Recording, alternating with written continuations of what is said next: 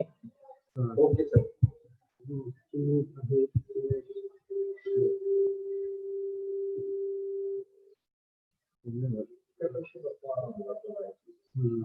हा हा हो हो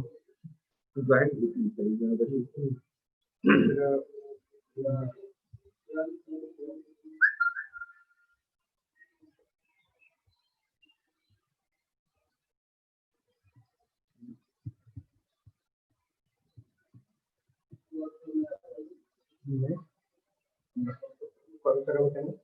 हो.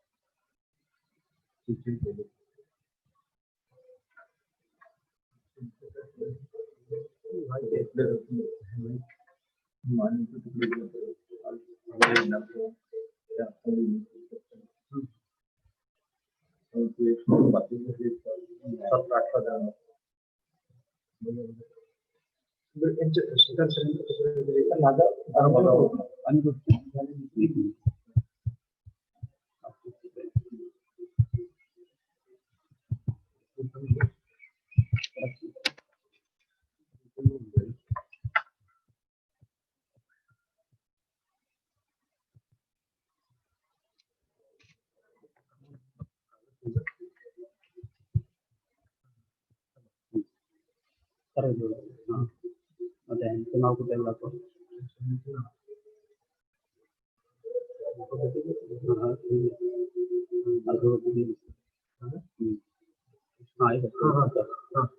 त्याच्या पुढे असतो ना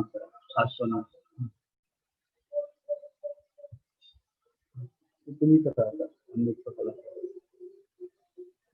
आला का तुम्ही बोला हॅलो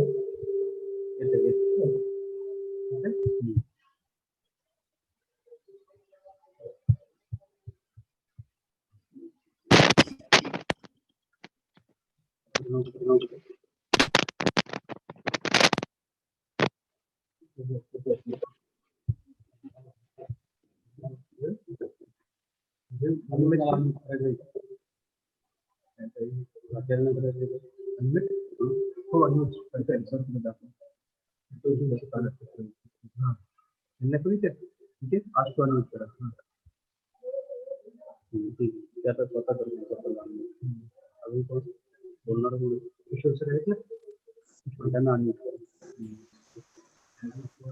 हॅलो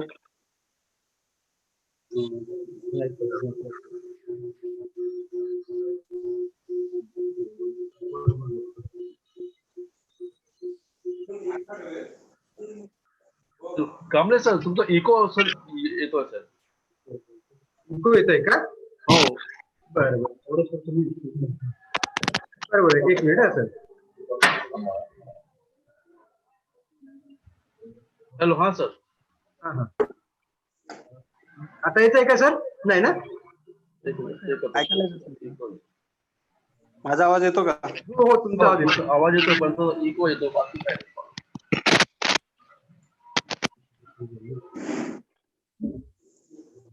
हॅलो हा हा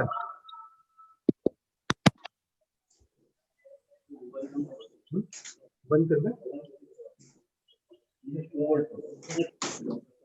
हॅलो सर मोरे सर सरांना फोन करता का तिकडून?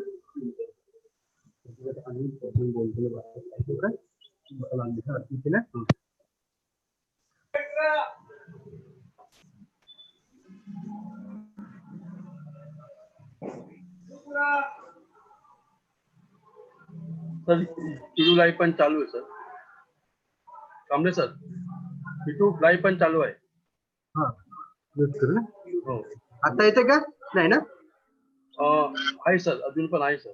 इको आहे हलका फुलका आहे. आता नाहीये पण नाही ना? बरं ठीक आहे. तुमचं सर युट्यूब चालू आहे का तुमचं? माझं नाही नाही ना? ते युट्यूबने तिकडून करता येईल ना तुम्हाला? मी तर लाईव्ह तर केलंय सर. मी लाईव्ह केलंय का? हो हो मी लाईव्ह केलंय पण तुमचं इको सर हलका फुलका तर आहे. इको काय होतं इको चेक कर. बरं बघतो बघतो. करू का? हे बघ इको अजून कोण आहे?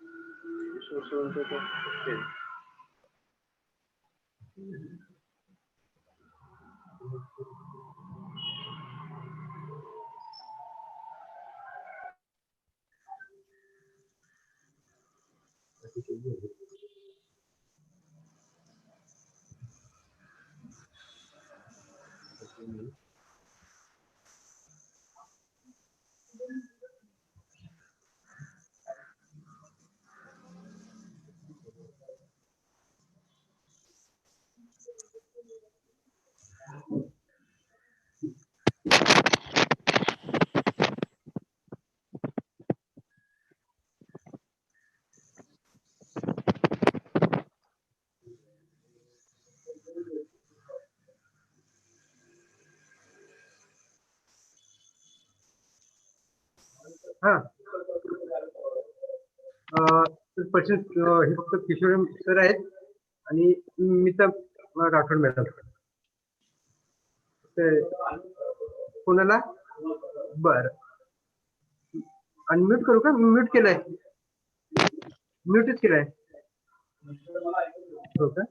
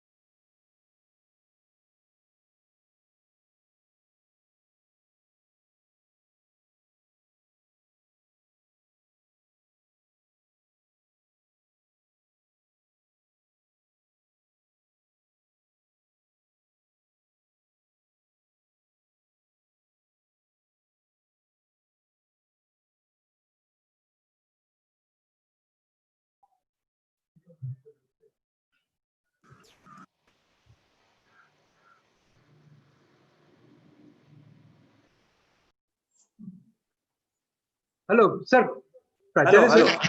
हा, हो, सुरू करू ना. करा सुरू करा. हा हा. Good morning to one and all. Myself Anil S Kamble, librarian, doctor Tatyasaheb Natu, कला व वाणिज्य महाविद्यालय, मार्ग तामाणे, तालुका चिपळूण, जिल्हा रत्नागिरी. मी सर्वप्रथम सर्व पार्टिसिपेंट व रिसोर्स पर्सन यांचे स्वागत करतो आणि पुढील चार्ज महाविद्यालयाचे प्राचार्य सर डॉक्टर विजय कुमार खोत यांना विनंती करतो की त्यांनी 2 शब्द बोलावे. हॅलो. हा हा बोला. हा, ऐकायला येते ना? हो हो येते, बोला. हा. Good morning to all participants and organizers of this webinar on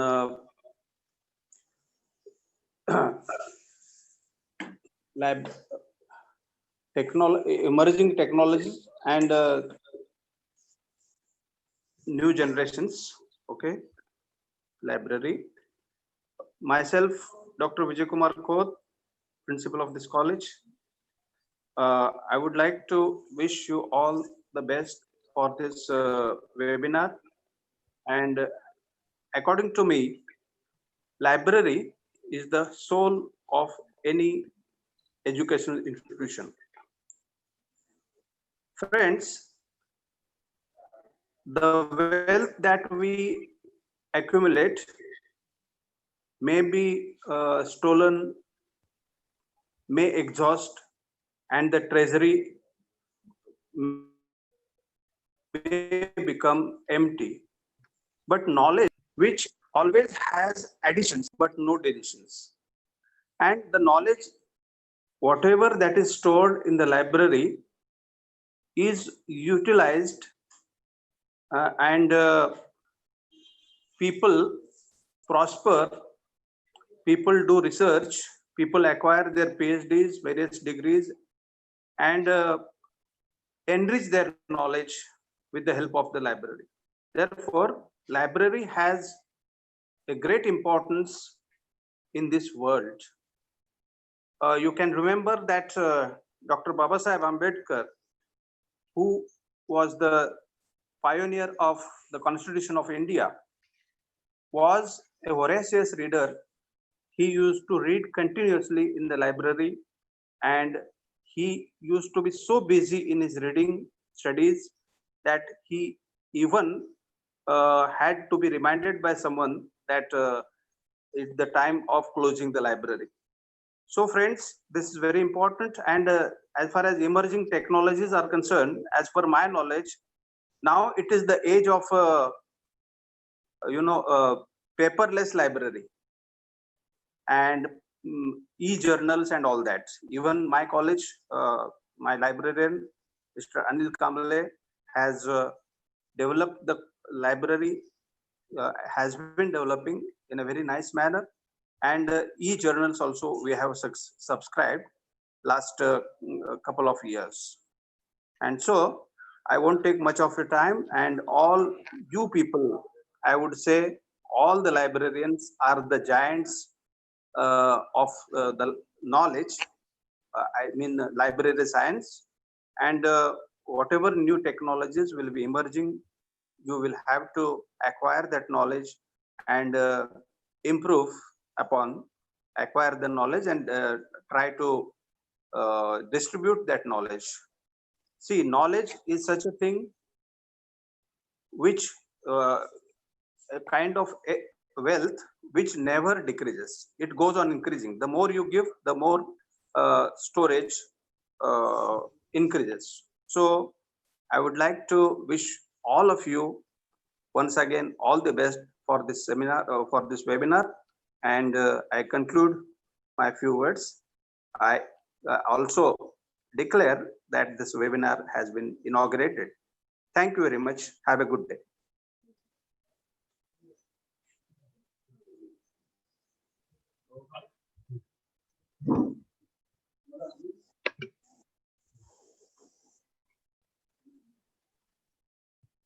Now,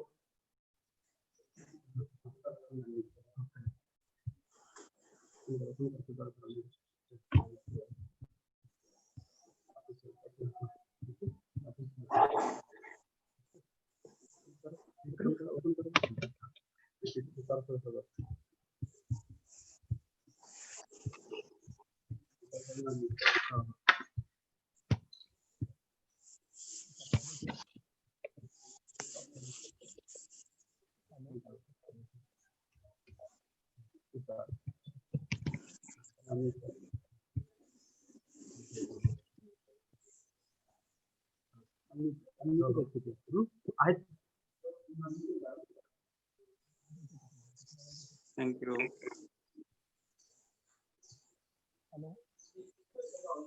नाही तुमचा आवाज नाही येत.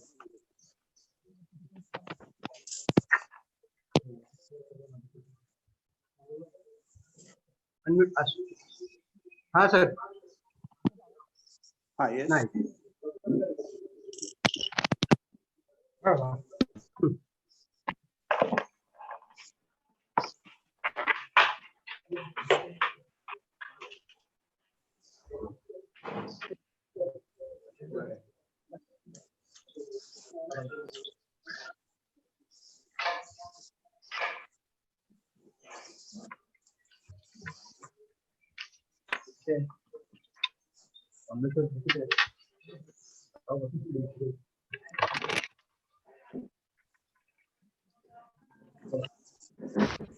Hello.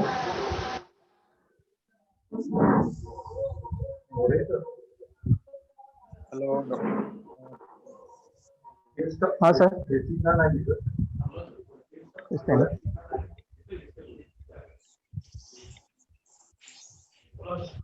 So welcome all dear participants and the research person for this national level webinar on emerging technologies and next generation libraries. Myself, Dr. Suresh Sutar, IQAC coordinator of my college. Library is the knowledge resource center. It is quite significant aspect in higher education. I welcome all the participants and resource person on behalf of IQAC of my college. This is our third national level webinar conducted by the Knowledge Resource Center of my college with the IQAC. I feel quite privileged to welcome you all on this platform today, where all of us are going to update ourselves regarding emerging technologies and next generation libraries. To update both the faculty and students regarding emerging technologies in higher education is the need of today. This is our first attempt in this direction. I hope that this will prove to be useful to all the participants. Now, over to Motivar sir for keynote speech.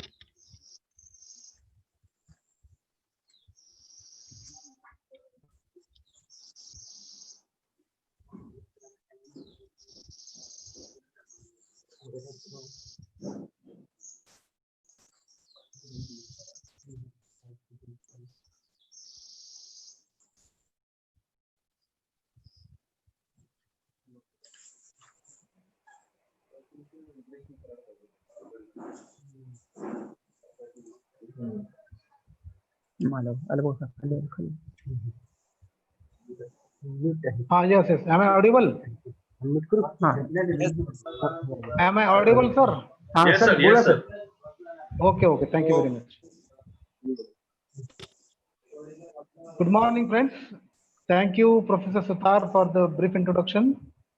First of all, I thank Margatamane Education Societies, Kalarfasi Tatasai Natu College, Margatamane, and all the organizing team, including Dr. Koth, sir, Professor Sutar, sir, the librarian, Mr. Kamble, sir, and all the supporting team. I am Dr. Nandakishore Motevar, the Director Knowledge Resource Center, Gondwana University, Gadchiroli.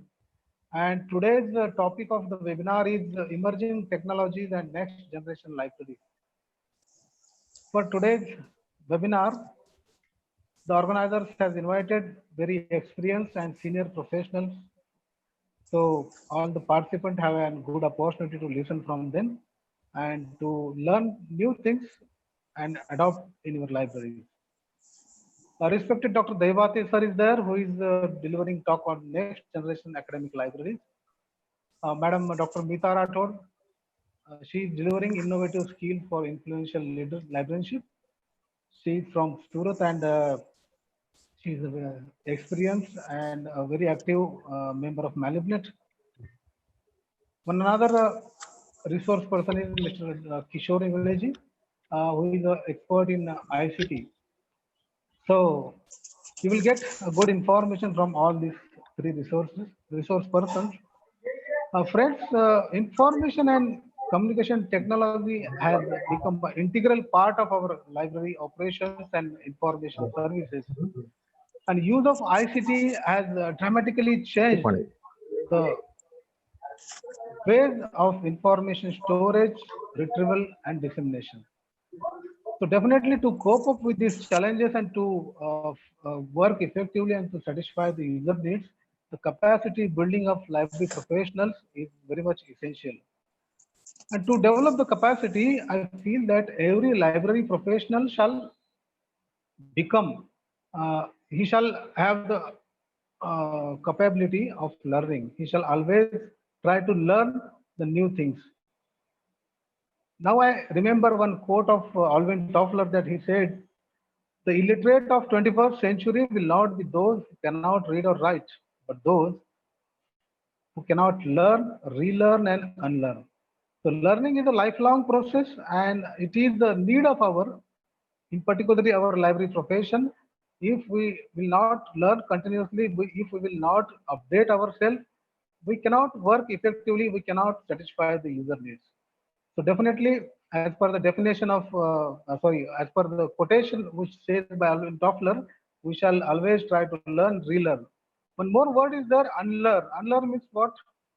We shall avoid the outdated things. We shall choose the new ways, modern ways of managing information resources, and which are very easy to use, which are convenient for users and economical, as well as useful for the users.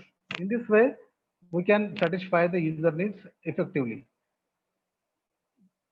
While working, we shall assess, the library professionals shall assess continuously within 6 months, within 1 year at least.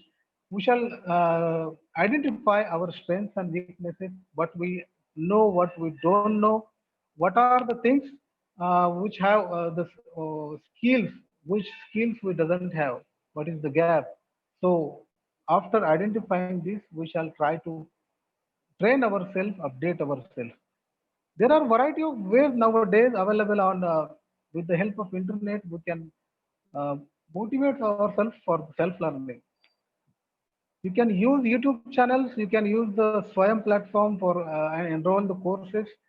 Variety of mailing forums are there. Then websites are there. Uh, Communities like Koha community is there. So variety of application software we are using, and in the coming days we have to use, we have to work with only application software. It may be library automation, it may be softwares of institutional repositories. Variety of functions are based on library application software. So we shall imbibe the habit of learning, exploring the softwares which are available on internet. Most of the softwares are commercial, as well as uh, on the open source platform. Few softwares are available. We shall have the habit of exploring these softwares. Then I feel that in the 21st century, one only mastery of one field was sufficient. But in the 21st century, simultaneous mastery of many fast changing fields are expected. we are expected to learn many more things. So in the current era, we are experiencing in the last decade, we are using so many e-resources, and this is the new area of managing the library.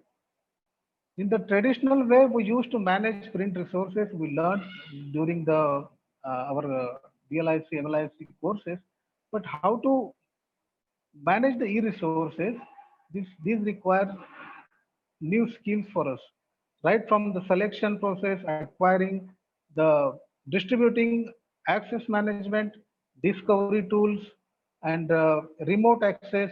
All these new concepts we shall understand.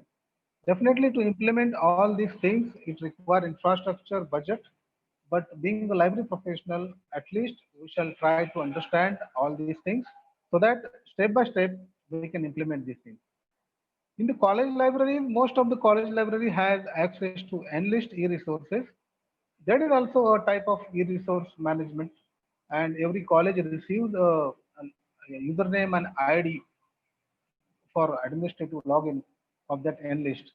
So, if a librarian uh, utilize that login, he will able to understand how to manage the e-resources. And there is a need to explore each and every menu which is available in Enlist. And first of all, the librarian shall understand the uh, availability of resources and how to use it. And then the librarian shall organize information literacy programs for the users. So in this way, you can satisfy the user needs effectively. Today, all the resource persons will tell you in on different topic. At the end, I would like to share one more quote of Dr. APJ Abdul Kalam. He said that have courage to think differently, courage to invent, courage to travel in an unexplored path, courage to discover the impossible, and conquer the problems and succeed. These are the qualities of youth. With this, I conclude my keynote and wish you all the best. Thank you, organizers, for giving me this opportunity to interact with the academicians and librarians. Thank you.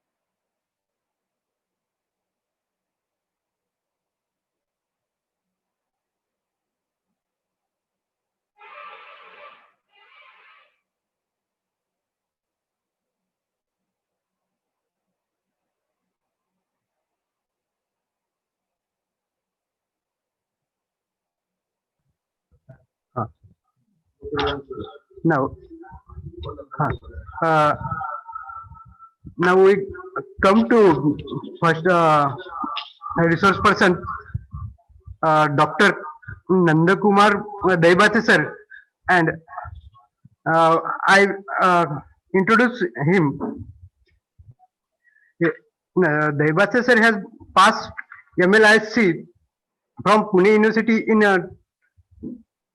1986 and acquired PhD degree also from Pune University in 2011. Sir's interested areas are library automation, LIPSIS, patent information services, online and offline scientific database searching, internet browsing for free and open source literature, development of information center and digital information resource center at institutes, and search has a guest and faculty lecture in many colleges, University of Pune, Bharati Vidyapit Pune, IGNOU Pune Study Center, Tilak Maharashtra Vidyapit Pune, YCMU since 2017, Shivaji University Kolhapur, as a resource person in ESDA Pune, participate in panel session, expert panelist at 5th Bharatiya Marathi Parishad Pune held in during 12 to 14 May 2017 at Pune. Sir has on various committee, Vice Chancellor Committee, Vice Chancellor University of Pune nominated as a subject expert during 1996 to 1998 for selection committee, member in select Staff Selection Committee of Pune University nominate, member of BOS, member of Automation Software Review Committee and Digitization Committee, Babasaheb Ambedkar Marathwada University, Aurangabad. Paper setter moderator for different exams, PhD thesis reviewers and assessor, PhD referee and pre-submission research work evaluator, member of advisory committee for PGD LAMP, syllabus revision committee at TMV, YCMV and BV for all courses in LIS, member of committee on automation, modernization of editorial team member for the 4 journals in LIS. Okay. Now I requested to Dahibate sir, please. Unmute myself. Okay. Are you audible to me now? Yes, yes. Okay. Can I share my PPT? Yeah, yeah. Sure. Okay. Okay.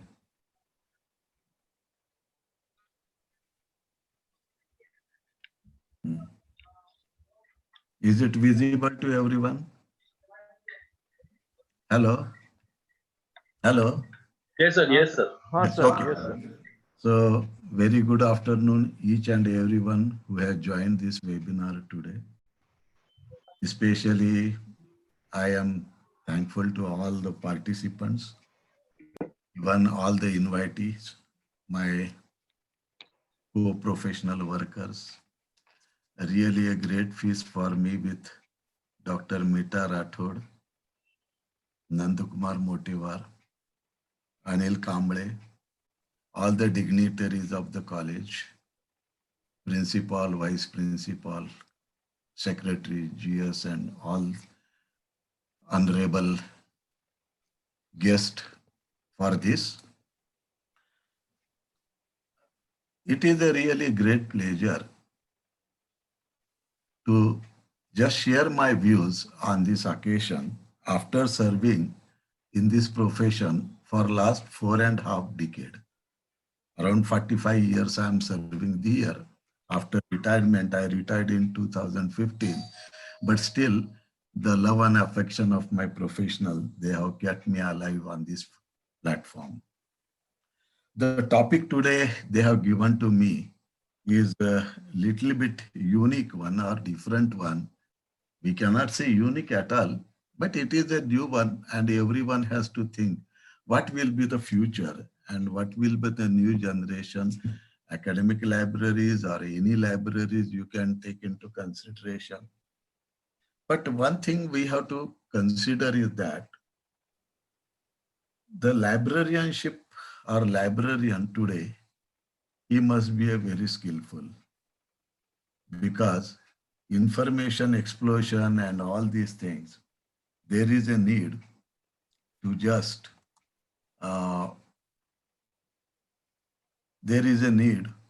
rethink the different policies to come. We have focused that earlier we were more concentrating on physical collection, but now our concentration is basically on more toward the revolutionary activities like digital, ICT, internet revolutions. We have total, which adapted in our profession and also made some revolutions, which we always accepted by each and every professional. I'm really happy to say that all the library professionals now, they are competent enough to handle all the technologies which are coming and adding, which are emerging also. They are just learning and adjusting in our profession to provide best services to the users. Finally, now what we have to think about the future, we cannot predict anything because this future is always a volatile, always a changing, and we cannot restrict at one place that, okay, now we have to do this much and that is the end of this. This cannot happen. So it is also suggested by many librarians and libraries that in nearer future, there is no chance, but we have to accept all the technologies, whatever coming in our area. The libraries are slowly migrating from print to digital, but most of the libraries are still hybrid, multimedia, or we can say polymedia. If we take a cursory look into the past, Hartzell rightly pointed out that the collection was consisting of mainly print media, place for a silent reading, information collection in print form,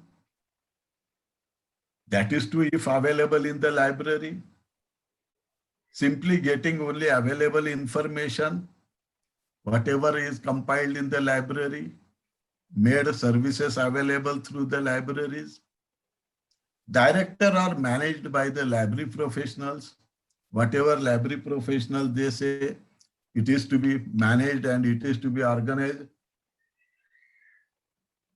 And there were rigid rules, orders, and policies which everyone has to follow because there were certain rules abiding them.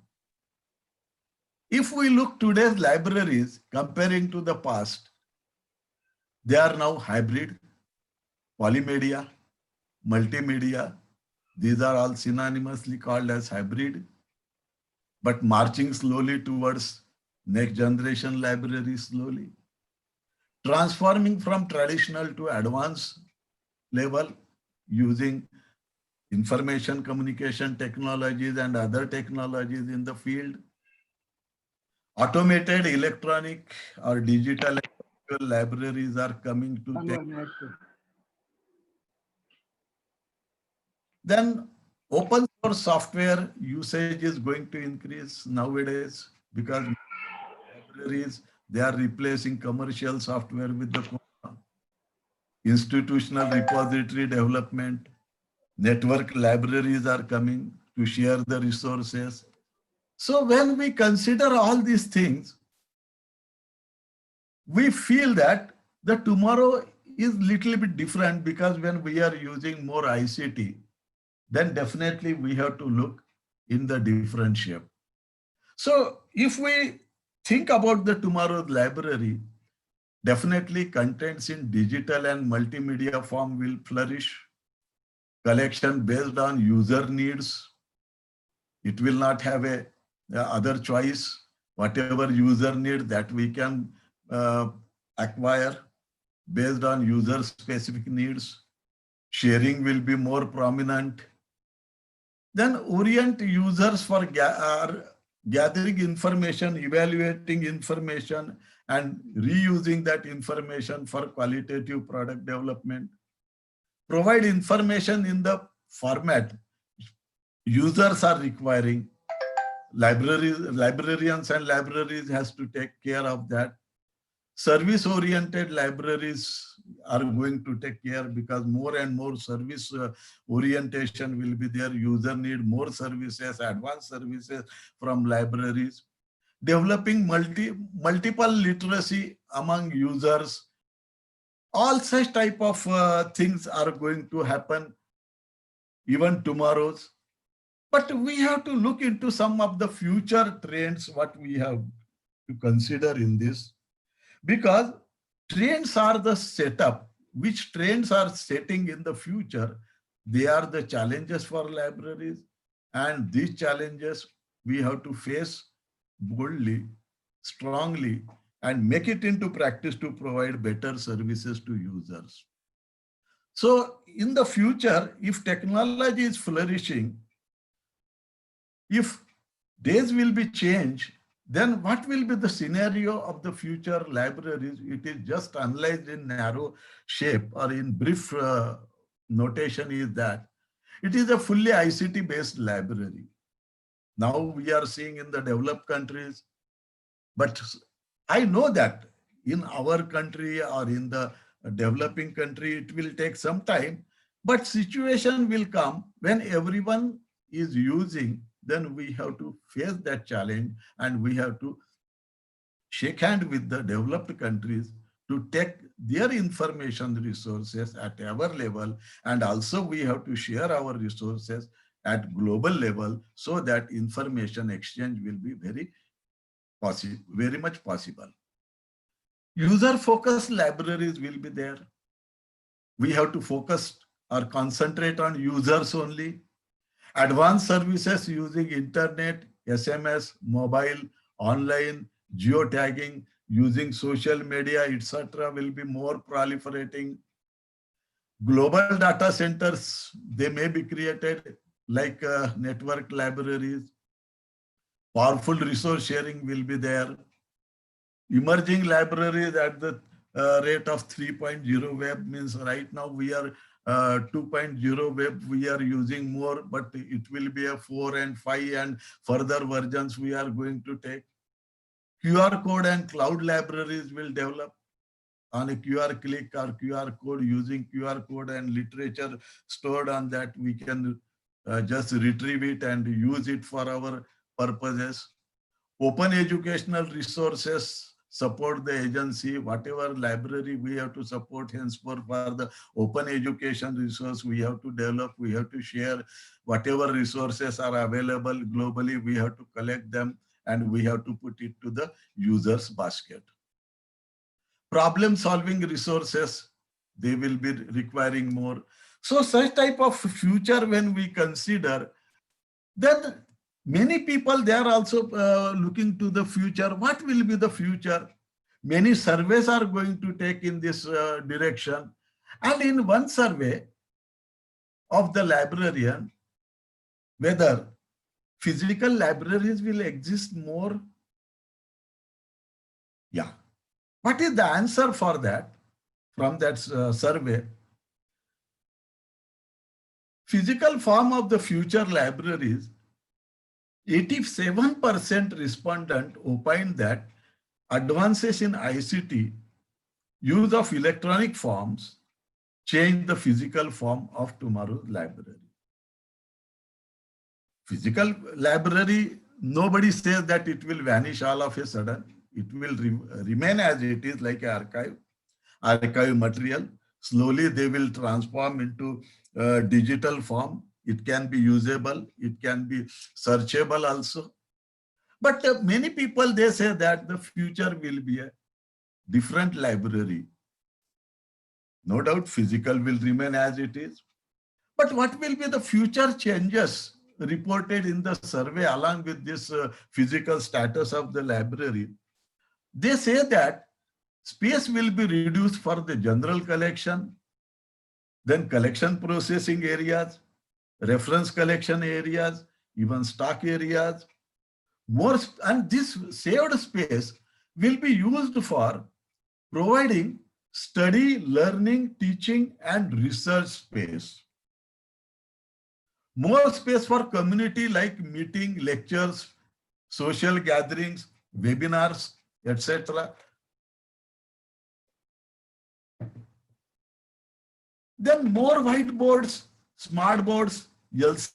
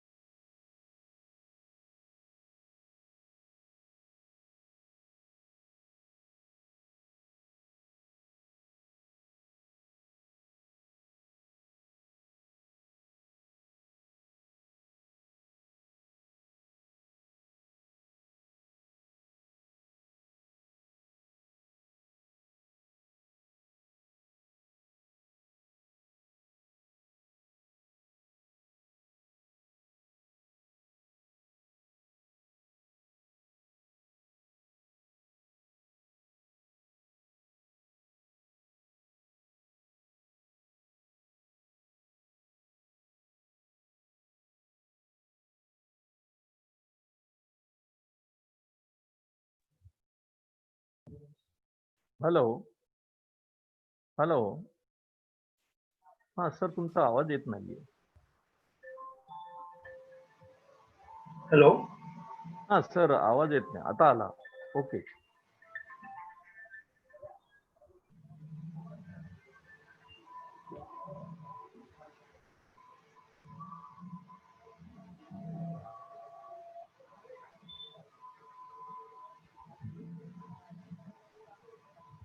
Hello. Hello Anil sir. हा बोला sir. हा sir, नाही ते नाही बोलत ते बर दिसत नाही. आहे सर, तर आहे. आले आले sir.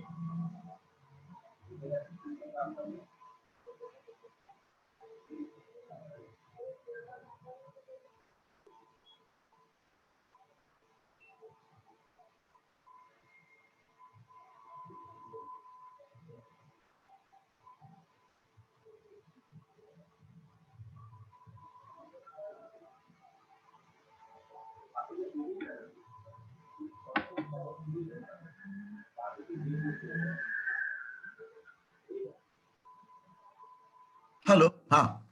How? Hello. Yes sir. Okay sir. Okay. How academic environment of the future, because we are serving to the academics, researcher, students, faculty. Now, what will their environment, what they want from the library, that we have to review. So academic environment is also changing slowly from formal to e-learning education, distance learning, using e-resources, using digital resources. Student researchers and teachers are exploring to e-resources, and they will be a part of internet society. In the present scenario, academic environment prefers mostly paperless documents because they are more relying on e-resources because of its characteristic, fast developing, fast creating, fast disseminating, can be repackageable and everything. Paperless assignment, assessment and grading, e-learning is very much awaiting in the nearer future. Use of more e-books, e-book readers, Kindles and all these things. Communication and data delivery will be using through iPads, iPhones, emails, smartphones like this. Then library resources in next generation would be, perhaps it may come like a websites, Google Books, finding aids, they may be free or paid also. Then license resources like consortia, then you can just pay for the resources and use it till your license is valid. Google Scholar, then different search engines will be there. So all such type of things will come in nearer future, and they will definitely going to change our scenario. The scenario will not be residing at local level, but the scenario will be depending on the international level also. Then we have to consider also what are the user expectations from academic libraries. So user expectations in academic libraries, they need what they need now. They need 24/7 services. That is to in digital form, deliverable at their desktops. They may be virtual, digital, mobile, or real-time. Library 2.0 will be witnessed. Active learning facilities which will support to the education system will be welcomed by the academicians. Then wikis, IR, mega information stores, knowledge bases, they will be more developed and more used by the academicians. Use of iPad, then Blackberries, MP3 players, Wi-Fi, they need in the premises itself, in the library premises itself. Then user-centric, personalized and customized services, they are needing nowadays. All the research people, they are just requiring all such type of things. I need this service. This is my topic. On this topic, what is available, just show me. That is one part of that. Access to information using portals, search engines, different activities will come. And this will be the expectation from the user side. And possible changes also predicted by librarians are also to be considered in this. And then we have to plan for the future libraries. Librarians are also very much aware of all these changes. Otherwise, how libraries can be modified, or how they can be re-engineered, or how they can be restructured. At this structure, at this point, every librarian is struggling to get his library at the top of the institute to serve better in any situation and satisfy the user needs. So librarians are also thinking that there is a need to shift, but what shift are going to take place?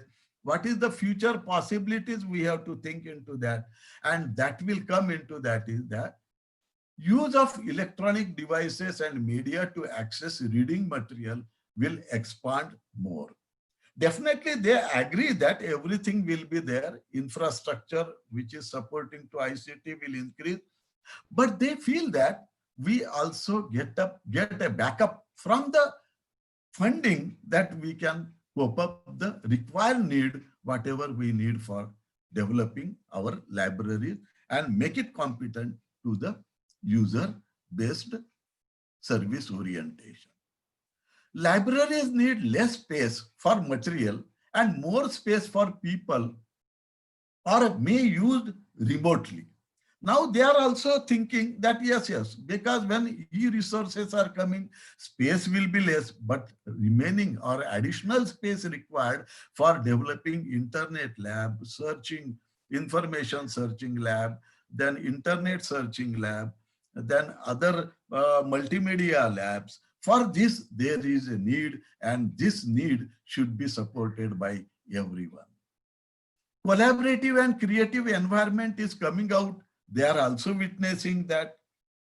So they know that distance online learning will also come, and now they are also moving toward that. They are also going toward that move, and slowly they are migrating towards collecting e-resources. And one of the today's session, what is a webinar is going on. This is the one progressive line, so that always online classes can be conducted through library also. So technology-enabled classroom need to be the future. They have understood this feature also. More study space with whiteboards are required. So all such type of requirements, they are predicting very well.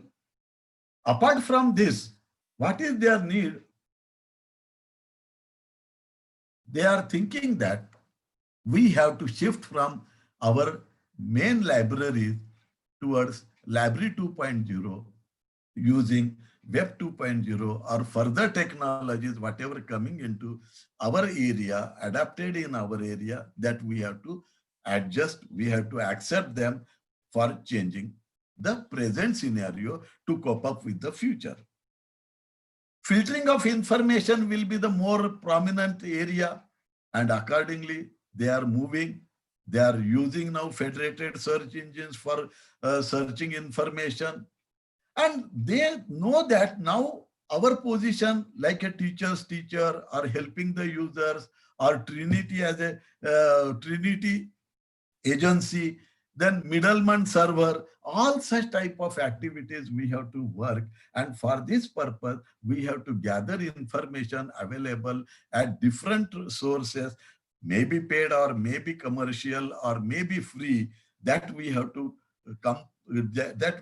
acquire, compile, and give them a repackaged information suite for their need base. They also now witness that library systems mainly support to discovery of knowledge, means finding current information and everything, then gather the information from different resources, create or repackage or annotate or indexing it, abstracting it, analyzing it, and then reformat or repackage it for giving better services to user, and whatever repackaged information is there, that should be shared with using different library services, data sharing project, and publishing information through the libraries. So they are well aware that definitely we have to take lead into this, and these are the basic future requirements what we required into that. Now they are also witnessing slowly, and they have also accepted that slowly and silently, or in the future days, our role is also going to change. And the main blockheads will be that we have to expand knowledge bases, then we have to expand our personal subject knowledges, professional skills we have to adapt to just manage the future, accept ICT level, higher level of ICT. Then whatever environmental changes are coming, we have to accept it. The reason is that users are already accepting, and if users are directly using, then what will be our role if we will not change? And that is why now we are also in a mode of reshaping our professional activities according to the slow and steady changes in the profession. It is not possible in a day, in few years, but it is a striking area which is coming to the future, which we cannot neglect. The one role that we have dropped down is that we are just rescued from giving some sundry question answers, like which can be responded by FAQs and Google and all these things. So some fact-finding answers now librarians, they need not give, but they have to give some feedback to the user using lot of reference work and repackaging information, and they need pinpointed information that we have to give them very well. Furthermore, they know that now we have to develop our subject librarianship, embedded librarianship, personal librarianship, then we can flourish more in our area. They understood this, and they are working, they are digesting, and throughout this lockdown period, I'm witnessing that so many webinar has come, so that how we can sustain for the future after this lockdown. This is a great work done by our library professionals, because they are now taking care of our users in a different mode. And now they are thinking that we have to analyze the future so that we have to march properly to maintain our stream towards attaining the goals of the future. We have to go outreach also. We have to mix with the society. We have to mix with the research people. We have to mix with the faculty member. We have to mix with the student community, finding out their need, finding out institutional, their information behaviors, what they need. And we have to try to focus on their needs so that we can provide them proper feedback, what they need, and then only they will attract towards library, they will come towards library, and accordingly, these library people, librarians, library professional, all the staff working in library, they are migrating. Because if we look at my period of 78, 80s, 90s, that time, believe MLib was quite enough. But now, well qualified, well acquainted with information technology, all such library professionals are working in this field, and they will definitely ready for changing the future. So, role of the library in future, it will be discussed more and more. We will not consider more, but definitely it varies from organization to organization, nature of library to nature of library. We have to work as an educator and trainer also. At one end, we have to support to the education system. We have to provide all the feedback to the academics. We have to support to the research activities. We have to support to the students also, as well as we have to train them in using different softwares which are coming, like our open source software you can take, or free databases which you can take. We have to train them how to use.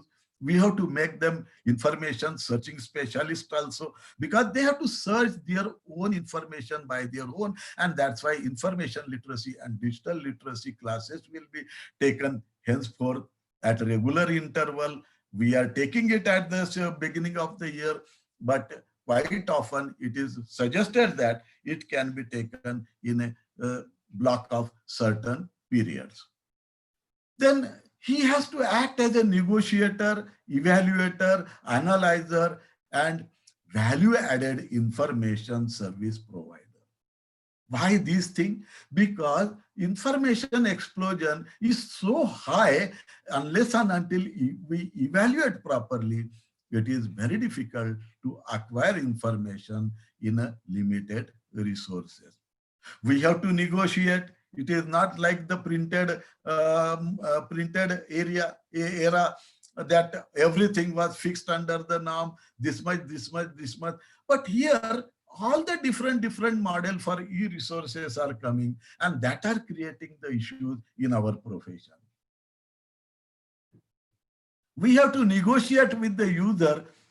We have to negotiate with the supplier. We have to negotiate with the faculty.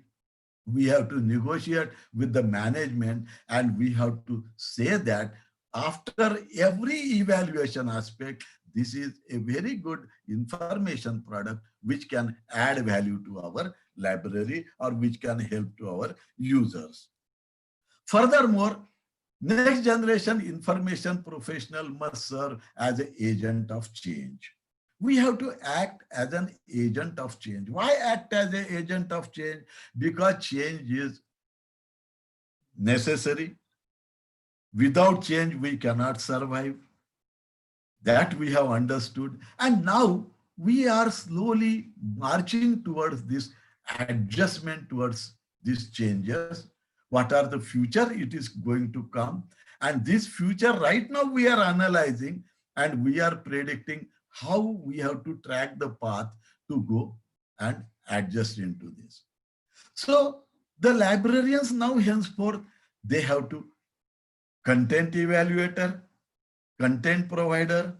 They will act as a consultant to academicians, data aggregator, data migrator, data managers, data resource generators also. Then his best role will be precision information searcher.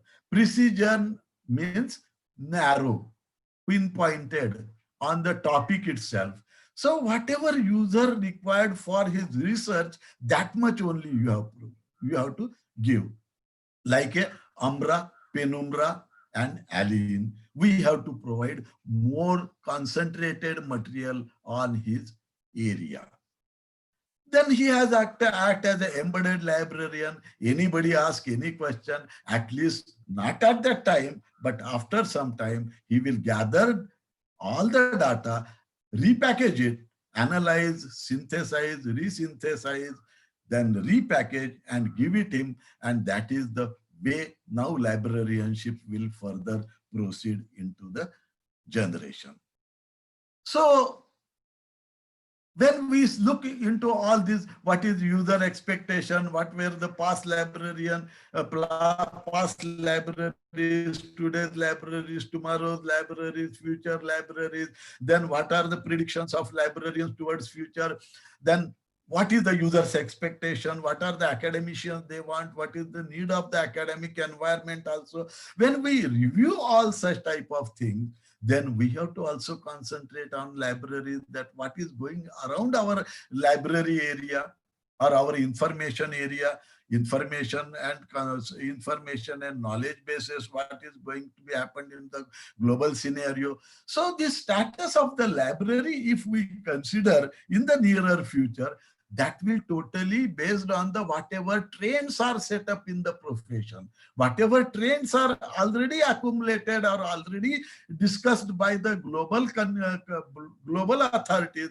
that we have to consider more, and based on that we have to reshape or re-engineer our libraries, and that lab space will be more created in the libraries, because this lab will be a multimedia lab where all sorts of gadgets will be useful and helpful for them to just make multimedia component for the teaching, learning, and research activities, demonstrations, and e-class running. All such type of things can be generated at that place or created and then shared and distributed there. Learning labs where community can watch streamed videos, then develop resources, conduct webinars, discussions and chats, and they will mix up all the knowledge, whatever available, and they just redevelop new knowledge bases. And this will be a learning labs will have to add into our library jargon.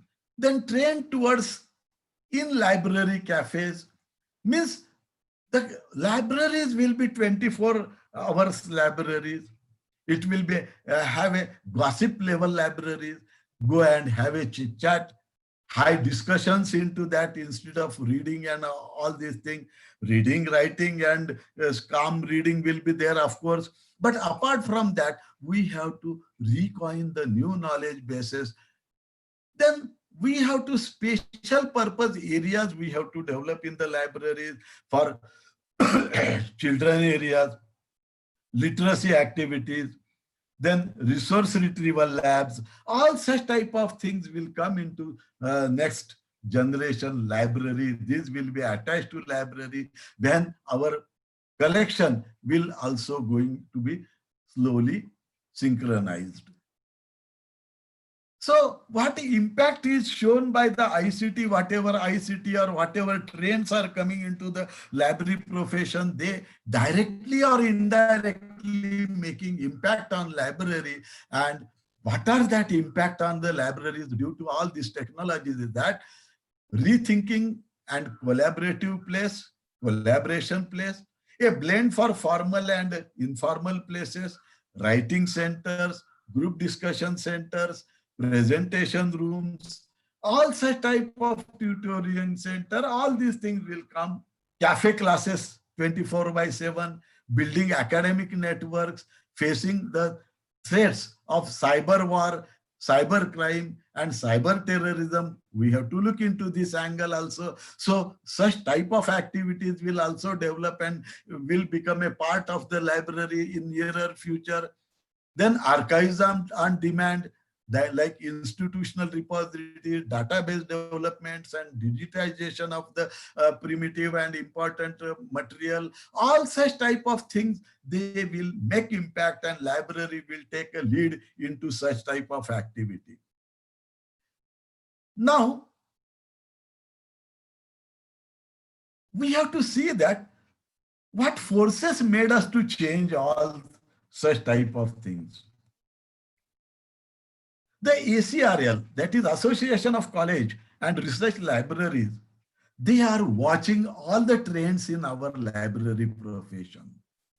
Research Planning and Review Committee Group, it is responsible for encompassing trends in academic librarianship, higher education, and border level or broader level environmental changes, and they are compiling this and they are presenting. Every 2 years, they are taking the review in the profession. They visit different organizations. They read scholarly journals. They attend many conferences. They reveal what conferences at global level are going on. And based on that, they are narrating the trends in our profession. And based on that, based on these trends, they think that the future of library will depend on these trends. What are these trends? since 1990, when ICT came into picture and ICT was used more after that internet came. Before that, our print and microform and many people, they say that paperless society will come. That came later, definitely. That prediction was true. Like Lancaster, Ashworth, they have predicted before, and that came after the ICT environment. And like this, whatever trends said by this committee of ACRL, these trends, they are going to adapt in future, not immediately, but when some time will take. So if you take a cursory look into 1990 to 218, we will notice that there are many trends coming out.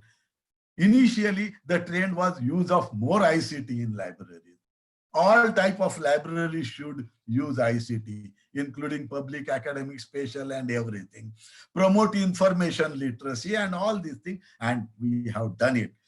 From 1990 to 2000, we are traveling through ICT, automation, electronic library development, use of internet, then different technologies to be adopted.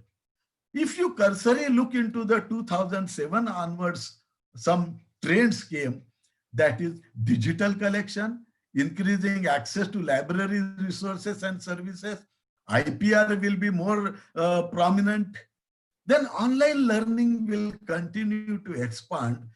These were the main focused trends that time they predicted. See now, online learning as on today, more focus is given. In 2007, it is predicted, but now they have taken, no doubt, it has taken some few years gap, but it has come. So we have to look into such type of trend to manage it very well. Okay. So 2012 onwards, if you look, this is the real transformation phase in our profession, because all libraries were automated. Everybody knows everything. All library professions were masters in everything. Syllabus were also introducing ICT, new horizon of information retrieval practices, developing standards in the profession. Everything was coming, and major trends coming after 2012 are communicating values.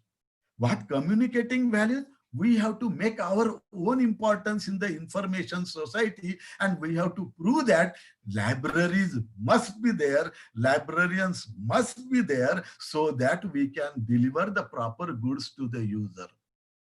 Data curation, we have to develop standardized databases, standardized practices to be followed while making IR databases and metadata, so that data curation and data searching will link together, and qualitative data searching will be there. Digital preservation is also coming. Everything is now digitizing. Higher education, it is on rising side towards the online instructions. Now, in this period, you are thinking that schools will be open, colleges will be open, they will be taking online colleges, webinar will be taken, seminar will be taken, online education will be taken. So such type of things since 2012, they are taking care, but now they are coming into the shape. So these are the future trends, which if we look into the present situation, then attaining the future will not so difficult. This is one thing. Then application of ICT is more, and modernization of libraries will be there, and we are witnessing that all collection development practices are changing. Then Library services are also modifying. We are giving now electronic document based services, and our services are towards changing alert services, digest service. All such type of things are going to come, and they are now practiced in special libraries and industrial libraries, and this will definitely come into academic libraries in nearer future. It is predicted like that. We are just cursory looking into that. If you look into this, some reviews like this, pattern-driven ebooks, they are already coming into shape. What are user required? Only that much we have to procure, and that is we are fulfilling through this different consortia, free ebooks, open resources, open source collection, and everything. Scholarly communication has got a lead nowadays. Staff is also now restructured, and they are retrained the existing staff, and new recruitment are based for the technical staff, which are sustainable in the all environments, including past, present, and future. Identify user needs, that is there. After 2014, new initiatives have been coming for the collaboration, and consortia came, cooperative role, everything. It is in nut and shell going to come. Then cloud technology, now it is coming out, and Koha now it is coming on the cloud systems. So we are taking all such type of reviews and taking, and open educational resource came into the 2018, and after 2020, this role definitely going to enhance because of the situation, what is required in the future. So I have narrated all the trends coming into our library profession, what are predicted by the library professionals, stalwarts in the library, researchers, analyzer, forecasters, everything, and I have put into nutshell into that. And these are the trends which are reshaping our libraries. And if we digest these trends, then whatever we have seen the slides in the initial stages, that will come to the truth. So this is all the way going through. So there are many upcoming trends and emerging trends which are you are knowing by the way of passage of time, and that's why we are not just focusing more on this. But these are these trends what I have listed. It is a summary of the past 10-15 trends, which 4-5 slides what we have analyzed. That is coming summary of this, where we are predicting more use of web, internet, social media, e-publications, open access. All such type of things are going to come in the nearer future. But more stress henceforth will be given to social media, data analytics, coding information, virtual reality, print on demand machines will be there. Whenever you want to print book, you can print it. So all such type of trends will just take the place of library, and librarians, we have to meet the future in different ways. So in nutshell, we have seen the different things, different concept into that. But now to meet the future, we have to manage resources very carefully. We have to qualitatively develop our collection, which is user-based, user need-based, which is demanded by the user. Then only we can sustain, we can just meet the needs of the user properly. Then support literacy and learning activities, information literacy, digital literacy, hardware literacy, software literacy, information retrieval literacy. All such type of literacy should be included in our orientation program, so that user, they will be self-learner and self-information searchers, and they will be self-independent for accessing our library remotely also. Okay. Then revenue generation and marketing information, it is also one point of forthcoming areas. where we have to just not only rely on our own funds, but we have to add on funds by giving additional services, value-added services, repackaged information-based services, which user needs for their research activity, may be paid or may be free also, but somebody has to pay for this. And all such type of revenue generation activities, it will help for supporting to the management also. Then we have to just follow best practices in the profession also. Whatever the best practices we are accepting, we have to adapt, we have to refer into this. And if we accommodate all these trends suitably, which are useful for the user services, then we will be a best practice follower, as well as we will be the best supporter to the user also. Then compiling open access e-resource directory for users, we have to look into the subject interest of the user, and we have to compile different directories which are based on URLs or its addresses, open resources, paid resources, whatever available, we have to make a directory, and that directory can be accessible to the user.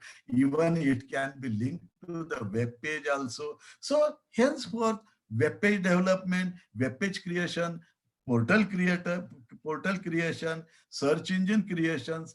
We have to develop library search engines also, from where we can just connect the library resources to the researcher and librarians, whosoever it is required.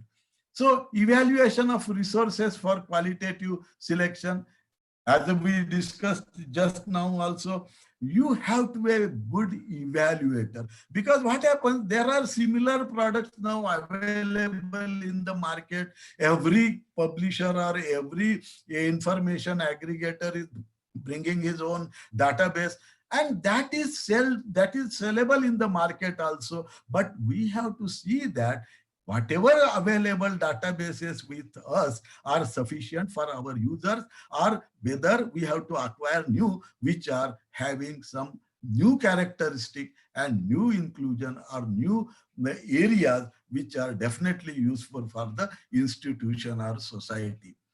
Reform in LIS education. Similarly, what happens, we are telling so much thing that librarian has to do, or our user has to do, or our professional has to change, everything has to change. But similarly, a little bit attention towards our curriculum and syllabus and education system is also required. And main theme is that we have to reform LIS educational system, focusing on micro-subject teaching and development of specialized librarianship. Unless special librarianship will be the culture, we cannot help or we cannot sustain in the future. Now, what is this? I never say that our curriculum are not changing. They are changing. They are definitely changing. But we have to make some additional courses which are benefited to the students who are coming in the profession for searching for the job, and they can, if requirement from the information society and the teaching level, it is correlated, linked together, then they will be matched together, and whatever market needs and what is demand from the market, if it is supplied by the education system, that is most welcomed. So such type of syllabus reformation is little bit required. Restructuring is required. More ICT practical based practices should be included in the curriculum. New areas like IPR is there, plagiarism is there, all such type of new areas should be added into the syllabus, so that whatever need of the information society, it will come into the practice. So initiation of new PG diploma courses in libraries are also welcomed. Then, as I told, orientation is also required. Furthermore, Many people have talked so far on the skill sets requirement, but when you think for the managing of the future, we need different type of skill set like leadership, marketing skills, networking skills, evaluation skills.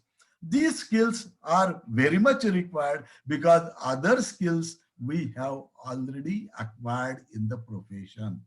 Whatever required is that we need that our users equally should use our resources available in the library as well as available in the open source global areas efficiently to meet out their needs. Furthermore, librarian should be environmental scanner. What is going around the environment he has to scan. What are the new trends are coming, we have to scan, and we have to try to digest these scans so that what will happen, we can be updated ourselves and we will be ready to accept the new changes in the profession. Critical analysis of new trends, it is a must, whether we have to adapt it and use it, or even if not not adapted, it will make no harm for us. That is also we have to evaluate. Means we have to critically evaluate each and everything, whether it is required for our institute or not. Because as I told you, the changes always depend on institute to institute, nature of libraries and everything. Then think creatively, that is also part, and we have to conduct SWOT analysis continuously. What are our strengths? What is our weakness? What are our opportunities which can be amendable in a library? And all such things, if you correlate it properly, then it will be a very useful for the for processing toward the future. Then effective skills also innovativeness. We should always be innovative. We should be always adaptive. We should be assertive. We should have a positive mind, positive thinking, so that we can create best future in our libraries. In future, libraries might be accessible to iGoogle, Facebook, Blackboard, and blogs. Even initially, I had a problem in login. So Idris Khan told me, sir, you can log in from the different login. Why this is happening? Because now they are well versed with the technology. They have digested with the technology. And that is why the next future will be that we will give link on the Facebook, we will give in the link to the YouTube, and we will use more ICT for dissemination of information. And libraries and information center will continue to change in years to come. They are fast moving toward the digital environment and ICT prone libraries, and not immediately. Nobody says that today I have listened something and tomorrow I will work on that. No, but it is slowly and silently. It is an alarming bell for accepting some new changes coming into the profession. And last 3-4 months, we have also revealed that practices, that how to work in digital environment, then how to use all sorts of software which are available free for communication. So librarian, definitely they are acceptable to technologies, they are adapting technologies, they are learning, unlearning and relearning new aspects also. Everything they are doing, and that is why our library profession is a unique profession, which is a backbone to the educational system. And though it is said that whether librarianship will survive or libraries will survive, definitely there is no challenge as far as we are considering. As of now, we have to survive in the present situation, in the future situation.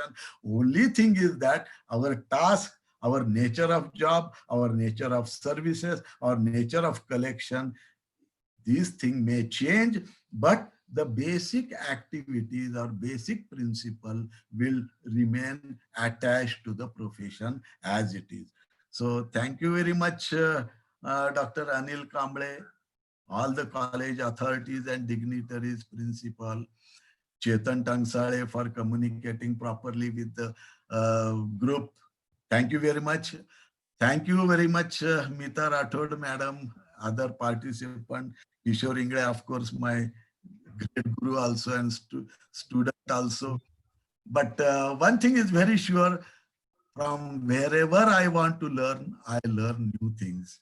And that still together, still date, I am with you all together. So thank you very much. Thank you all my participant, professional, dear colleagues, all the best for your future. Thank you very much. Any question, I am ready to accept. Thank you, sir.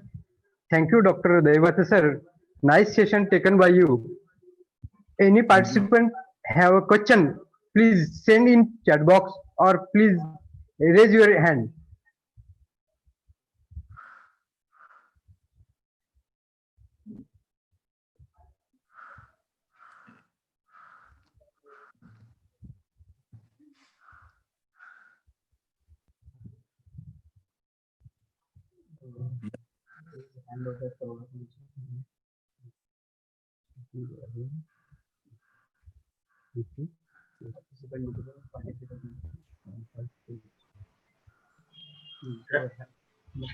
Hello.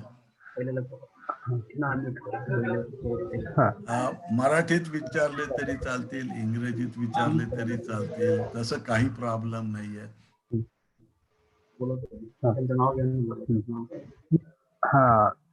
Manisha Padikar, madam, please ask questions.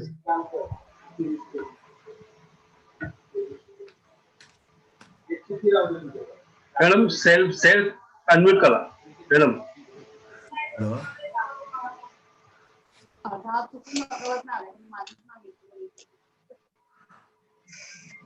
No, anybody, no problem about that. If no questions, then we can ask for the next speaker also. I don't mind. Nisha madam.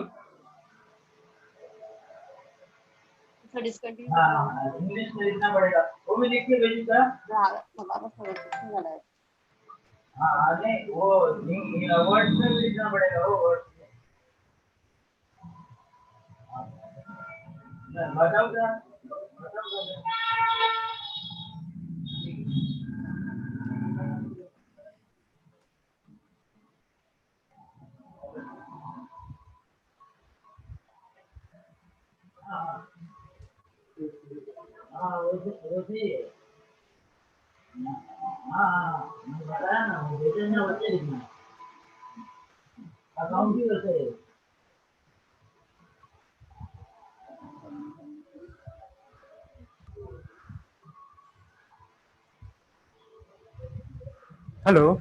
Hello. Madam, विचारा प्रश्न विचारा, please ask question.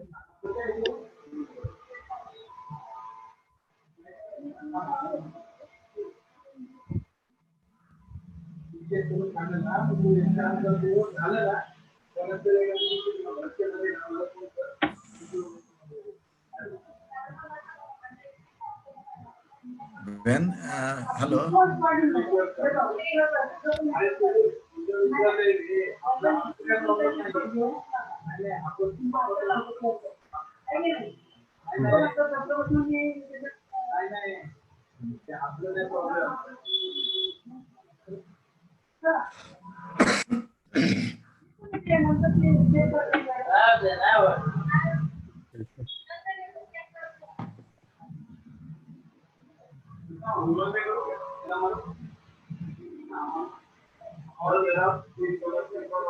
हाँ Kamble sir नसेल तर मग आपण हाँ sir. Next question. Anjani Saraf. Anjani Saraf, madam, please ask questions. Sir Anjay साहेब ते माईक त्यांनी नाही कनेक्ट नाही केलं. बरोबर, ठीक आहे. नेक्स्ट आहे Chaudhari madam. Chaudhari madam.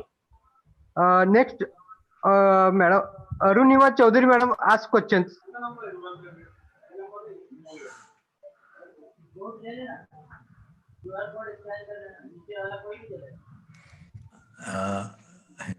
Kamble sir, हा बोला सर. जर प्रश्न नसतील तर आपण पुढच्या ह्याला हो, चालू देऊ, नंतर ठीक आहे, ठीक सगळ्यांची आहे. मिळून एक प्रश्न विचारले तरी चालतील. चालेल, ठीक आहे. कारण ओके. बरेचशा लोकांनी याच्या चॅट बॉक्स मध्ये टाकलेत सगळे, तर बरं, तेही बरं. आपल्याला नंतर रिव्ह्यू करून बघता येईल. असंही काही नाही, ओके, म्हणजे ओके. थोडं ओके. लवकर म्हणजे हो, तुम्हालाही. Okay. Thank you doctor Debache sir. The next session of Dr. Mita Rathod madam. Her today's topic is innovative skill for influential librarianship. I request to Mr. Sudhir More sir to introduce Dr. Mita Rathod madam.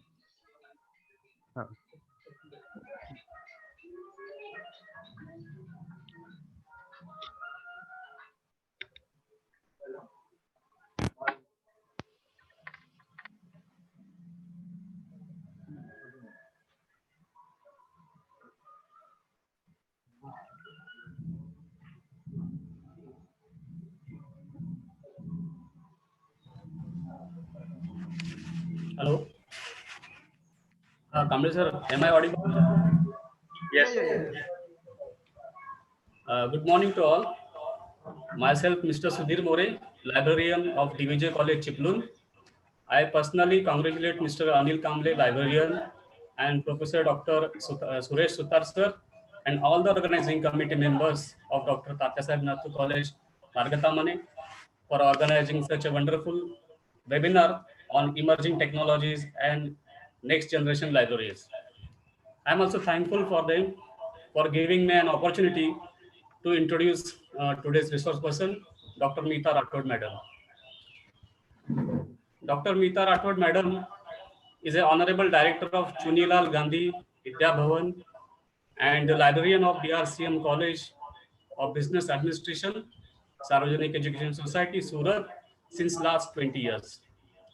She is a recipient of prestigious Malibnet Innovative Librarian Award 2019 in recognition of her outstanding and exemplifying acts of innovative leadership to the profession.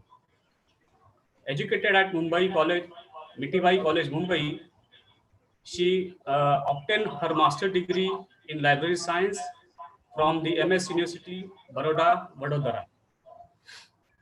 Dr. Mita Madam has also carried more than 10 years of teaching experience in the Library and Information Science Department of Dr. Veer Narmada South Gujarat University. As a project manager, she has successfully completed her project on digitization and preservation of manuscripts in her college, sponsored by National Mission for Manuscripts, Ministry of Culture and Tourism, New Delhi. She has presented 22 articles and research papers in journals, books chapter, conference proceedings. She has also edited a book. Malibnet Librarian Development Program, that is LDP, is the brainchild of Dr. Mita Madam. As a national coordinator of Malibnet LDP, till date, she has organized, coordinated 12 skill development programs for library professionals in different regions of country. With this brief introduction, I request Ms. Dr. Mita Madam to give her informative speech on the innovative skills for the influential librarianship. It is over to Mita Madam. Thank you.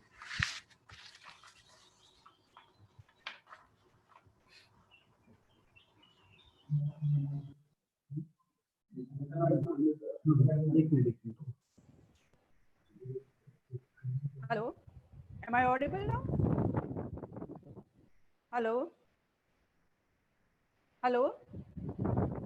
Yes, madam. Okay.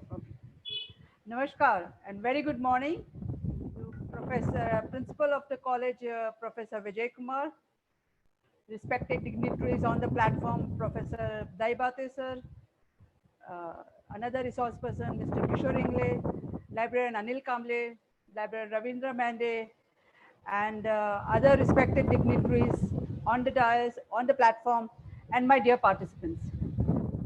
At the outset, let me first thanks to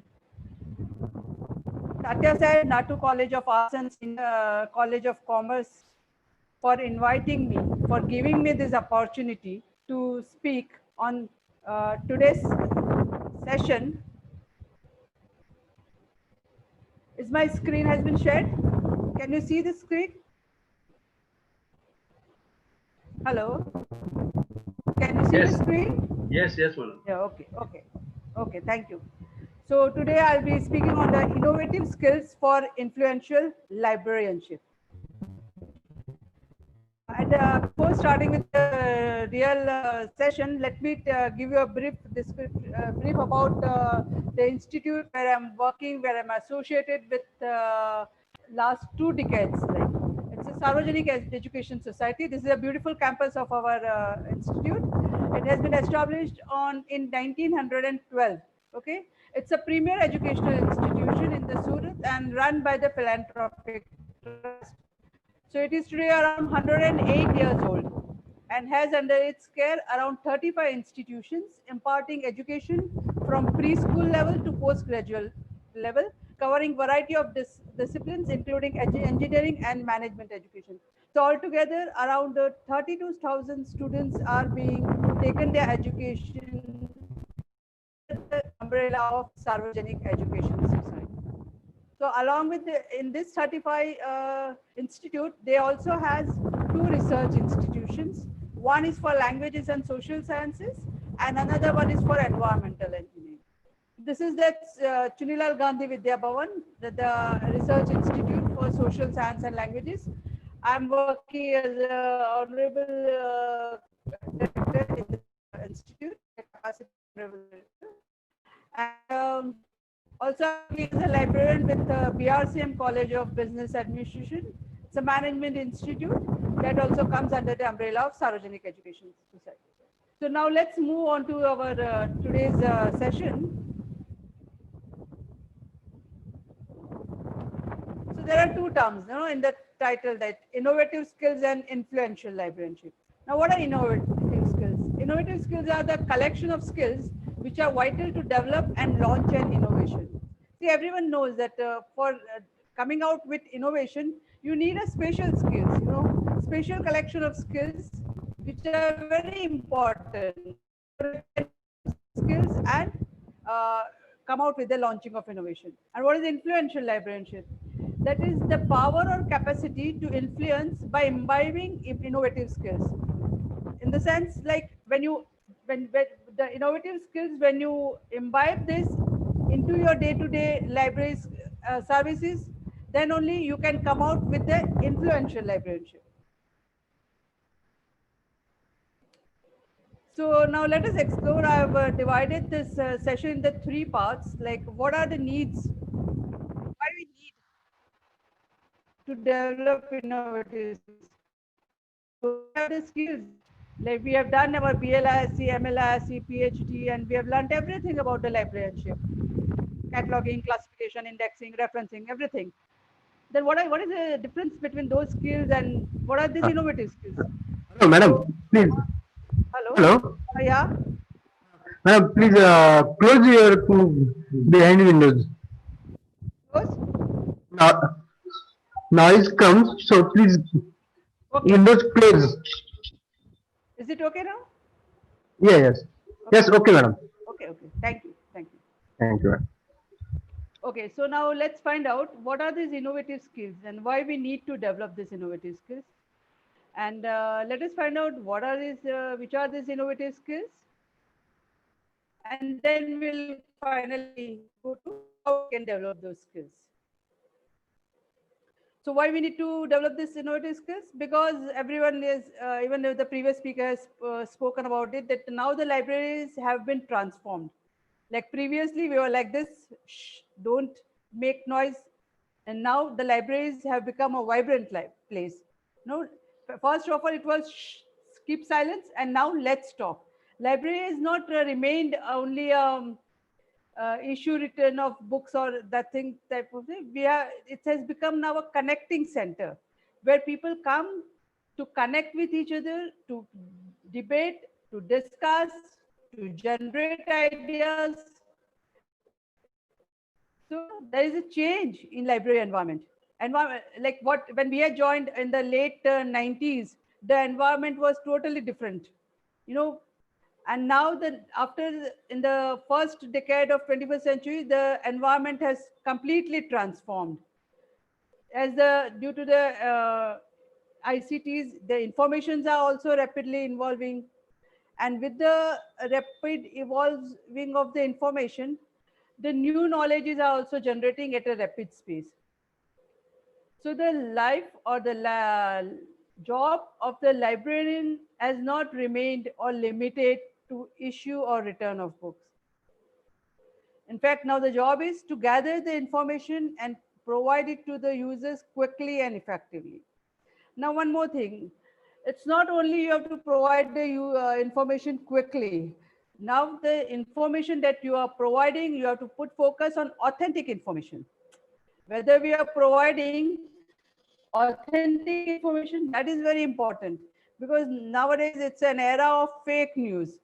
Lots of fake news are they are spreading faster than the authentic news through the WhatsApp or other social media, through Facebook, Twitters. So whenever the user require any information, if we, being a library professional, we have to be very careful that we should not at least spread such fake news or fake information.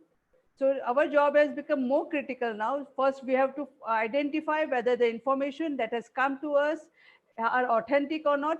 Then only you can forward it. Otherwise, there will be no difference between a layman and the library professional.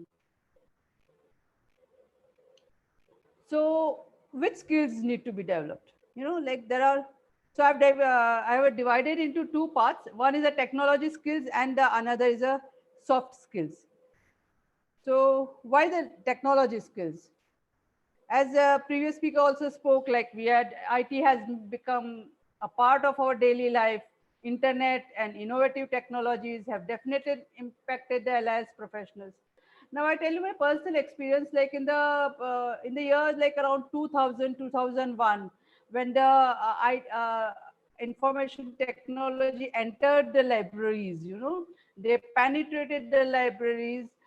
There was like we all library professionals were rushing to understand like what is this technologies. We were not aware about this. We had not learned in our library science syllabus. So we wanted to learn. So we were rushing out to attend the conferences, to attend the seminars, the training programs, to understand what is this information technology and how we can implement this information technology in our library. So we started with the automation of our housekeeping activities. So automation had done, then we were thinking about the digital, creating the digital repository of the institute and all.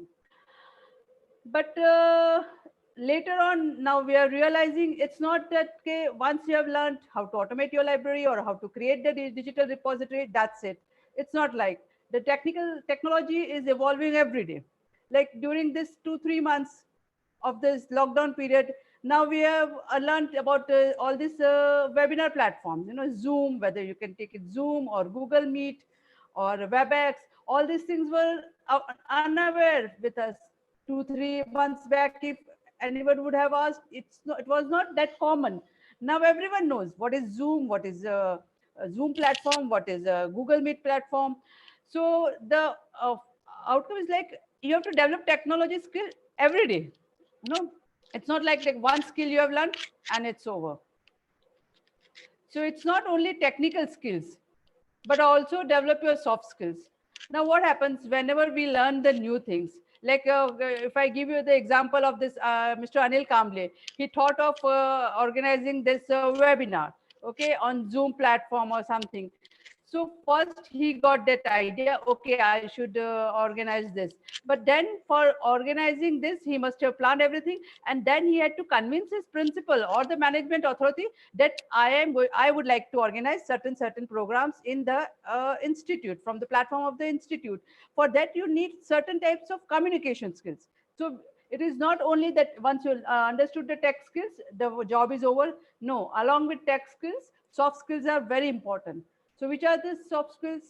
Like communication, the basic requirement in our library professionals is the communication, because that is the only way you connect with your users, be it your students, be it your faculties, be it your management authority, be it your suppliers, be it your publishers. So, we are dealing with different kinds of people, and with the different kinds of people, you require different type of communication skills. Like how you talk with your students, same way you cannot talk with your faculties. Same way you cannot talk with your management professionals. And when you talk with the publisher and suppliers, that communication skill has to be totally different.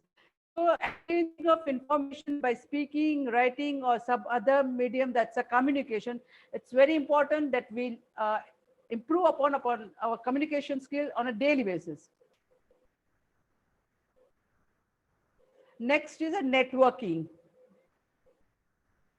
See, now the time is not there that you can stick to your library on your library desk. Once you have, suppose I joined in 97, I'm retiring, suppose in 2030.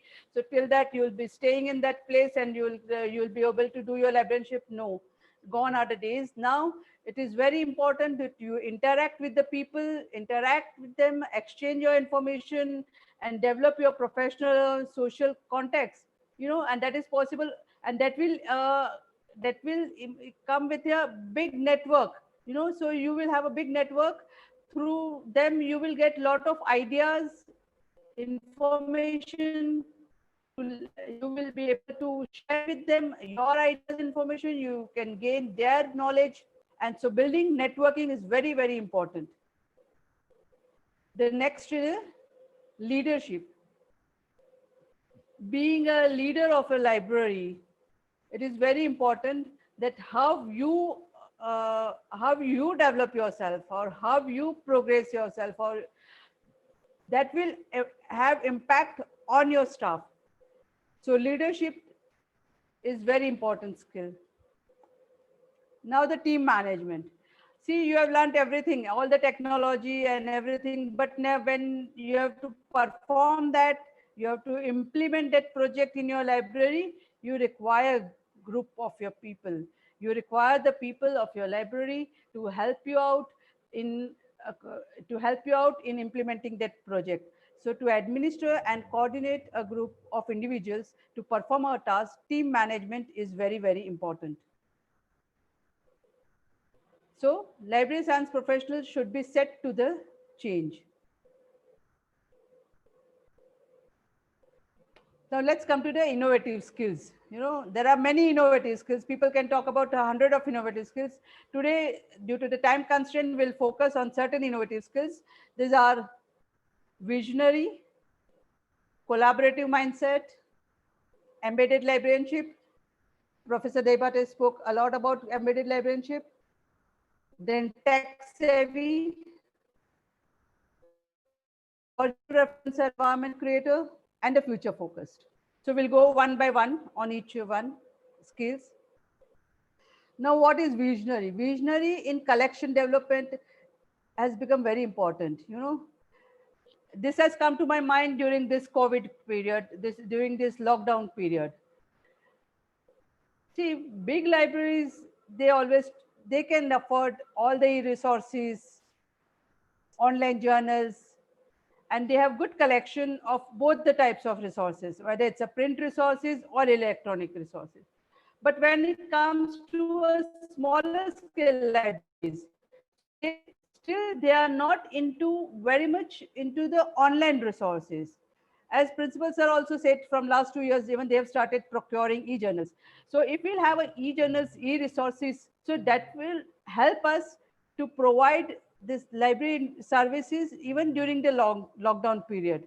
Otherwise, you will have a number of print material in the library, but when situation like this arises, when we cannot go on site of our library, then what is the use of those resources? I'm not saying that we should not have the print material, but as sir had also said, Debate sir, that we should now focus on hybrid libraries. So the post-COVID, the formation of collection need rethinking and redesigning. This is very important, according to me, that everyone, whether it's a small library or a big libraries, they don't have issue, but the small libraries should think a lot. Whatever budget you have, start with a 10% of your library budget for the e-resources, 10%, 25%, then you can increase. Then as per the requirement, you can increase your collection. So now we should put more focus or even on the procurement of e-resources.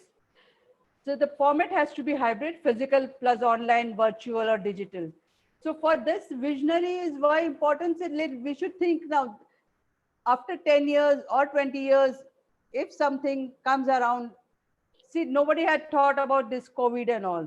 We had never thought we'll stay at home for 2 months and will be in the lockdown situation. So thinking about what could be in the next 10 years or 20 years, what the scenario could be, accordingly, our collection development policy should be planned. Now comes the collaborative mindset. This is, according to me, very important one. Partnership with your stakeholders. Stakeholders, as I said earlier, here we should have a very good collaboration with our users, which includes students, with faculties.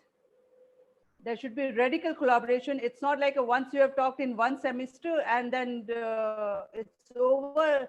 Again, in the next semester, you can go and talk to them. No, it's not like that. Radical collaborations is very much important. Sharing of resources. You must allow people to share the resources. Integrating the ideas. Everyone has got their own ideas. Never underestimate your juniors or the young users, your students. Try to get ideas from them. Talk to them, be interactive with them. You give your ideas, take ideas from them. So exchanging of ideas is the need of the day. See, how you collaborate. I'll give you in my session, I'll include whatever practices I am doing at my institute. See, you have to make your image, your presence should be felt in the institute. See, librarians are the only people, like faculties, there are many faculties, but when it comes to the library, you are a unique person. So you have to make your presence felt in the institute. So you should always involve with the stakeholders. This is one event where I am, see, about the library and about the library resources. It's only you who can aware the students or the users or the faculties about your library materials. So you should give such awareness program frequently. But how you will give? Because unless and until you create something new, then only you will can go and speak on the platform and you can talk about your libraries. So involve yourselves with the users, students and faculties, and come out with some new ideas or whatever, some new services you are implementing. Come and talk to them on the platform. About the embedded librarianship. So redefine the librarianship, apply knowledge and skills in redefining this librarianship. Because there are a lot of challenges in digital age. It's not easy, whatever we are talking from here, but it is not easy to come out with the solutions of the challenges that we are facing due to this digital era. So we have to think out of the context of traditional librarianship. On-site setting. Now, what is on-site setting? I'll show you in the further slide. Have close collaboration with the research and teaching faculty. How this can become possible? Like you should be aware, like what your teaching faculties are doing research on which topic. Like if they are doing their PhD studies, you should be aware about the PhD topic. You should keep a note. You should keep a diary in which you should have this thing that your faculties are doing, either if they are doing the PhD, on which topic they are doing PhD. After completing the PhD, if they are writing some research paper, talk to them that they are doing research on which topic. Have a note of that. So whenever you are searching something somewhere, and if you come across certain things which can be useful to your users, you send them through the mail, you WhatsApp them through any other social media, or it's not necessary that you go personal, but you can mail them, and see, that will give a very good impression about yourself, about your librarianship, and you will gain respect in their eyes. So it is very important that you have close collaboration with your users, that is students and your teachers. So have frequent interactions with them. This is one of the photograph of when I was having an interaction with the faculty members.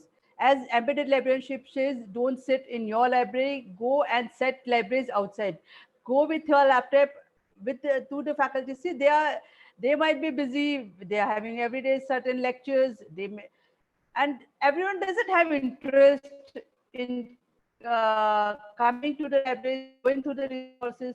You have to generate interest into them. Go with your laptop to them and show them that these are the new library services that we have implemented, or these are the new resources. Here, after going through this, this is one of our economic faculty and the communication skill faculty. After discussing with them, we have come out with for economics, we subscribe economic and political journal. Mostly everyone subscribes this EPW journals, which are very expensive also nowadays. But students were not using it much. Then what we thought that let's do one thing, that whenever economic ma'am give assignment to the users, to the students on the economic subject, they have to include one article from the EPW or the other economic journals, you see. So after that, what happened? The usage of those journals had increased. Another example is with our communication skill faculty. Like in our library, we are having lot of general books along with the subject books and the reference books. We have procured, this had been our policy right from the beginning, that we are keeping a separate budget for the general books. Because that is important for cultivating the reading habits of the students. Now we got such a big amount of those books, and it was not being used regularly.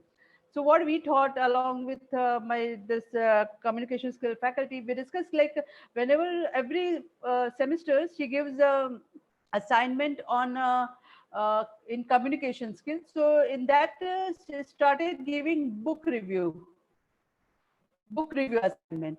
So what happened now, it almost all the books of the general collection are being used.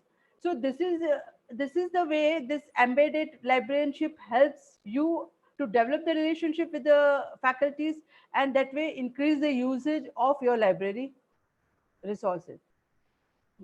So this is the way discussion with faculties is important. So now no more reference desk is required. Your services should be consultation based. You are not only the librarian of the library, you are an information consultant.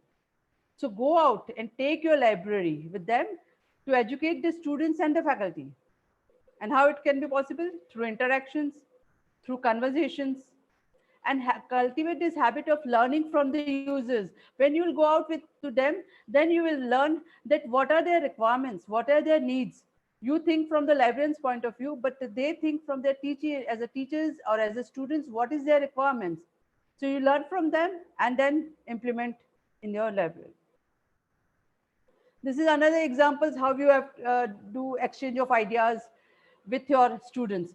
See, being a librarian, even we are, although we may not know the domain subject area of our institute, but we definitely have some knowledge about the research area, like as we have done our PhDs or we write research papers and all.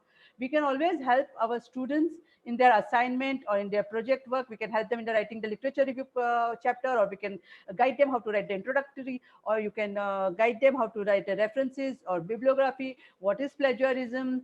All these things you can definitely tell them. And you can also help them during their project work, like whatever the project they are doing, you take interest in that and find out what they are doing and what are their requirements, and then you cater those requirements to them. So that was about embedded librarianship. Now let's go to the tech savvy. You know, this is a quote that I've learned through all this years of learning technology, whether we love it or hate it, but we can't afford to ignore it. Technology has become part of our life. Accept it, love it or hate it, but don't ignore it. That will be beneficial to you only. So as we have seen, this technology is advancing very rapidly. You have to learn it, first find out from where to learn it, then apply it in your library. Create a social network with physical and digital nodes. As sir had said, do your SWOT analysis. Find out your weaknesses, in which area you are weaker, and then improve upon yourself by taking some training or learning from some online tutorials or anywhere. And always be very, like, think from the larger aspect.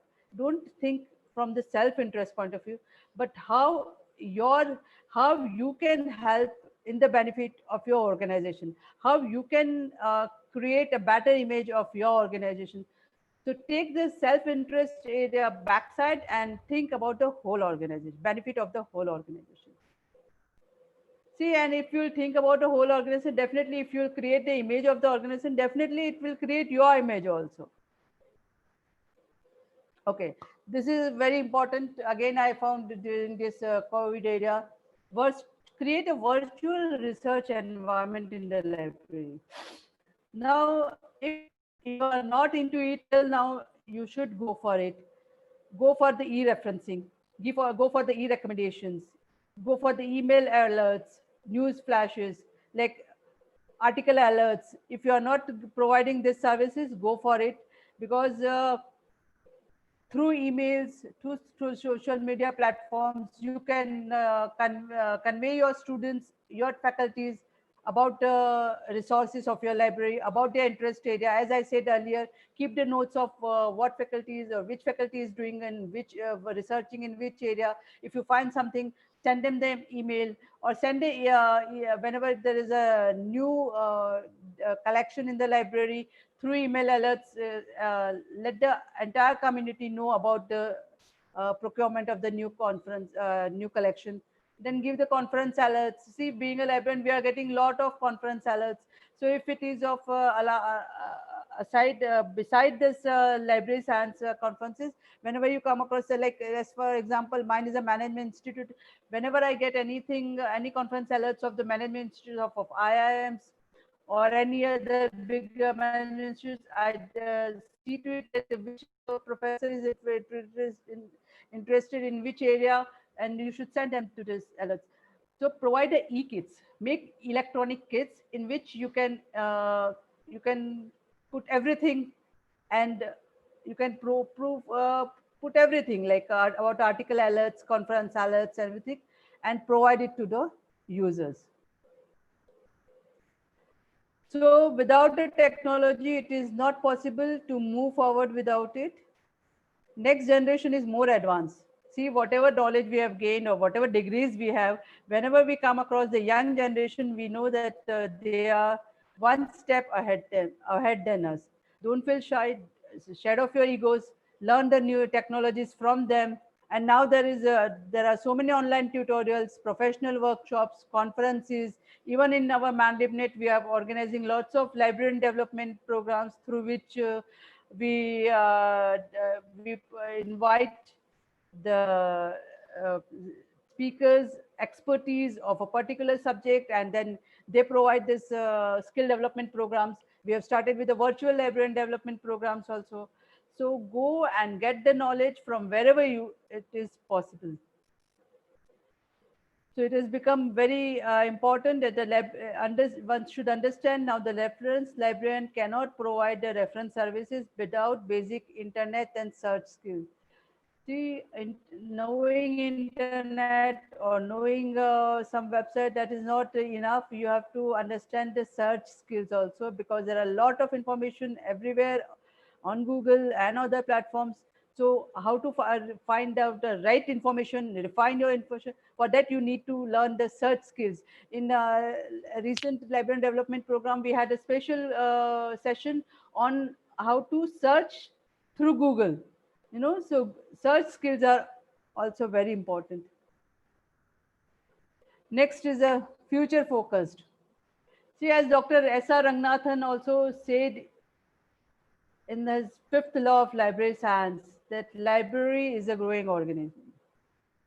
So we librarians should always be future focused. We should always think ahead what the library scenario would be in the next 10 years or in the next 20 years. So you should develop the skills of commitment to acquire new skills, help others. If you know something, please help your other library professionals. Exchange ideas, self-education. This is one of the important things, commitment to acquire new skills and self-education. Participate in this professional development program, sign up for webinars like this. Okay, and one of the important thing is you should be a risk taker. Librarian should be a risk taker. So you cannot be sure that if you will implement this technology or like when we started with the automation of libraries, we were not sure like whether this will work or not work. In the beginning, we were doing double work. We were doing the work with automating also and the manual work also. So, but after all, in the long run, it became fruitful. So you have to take the risk.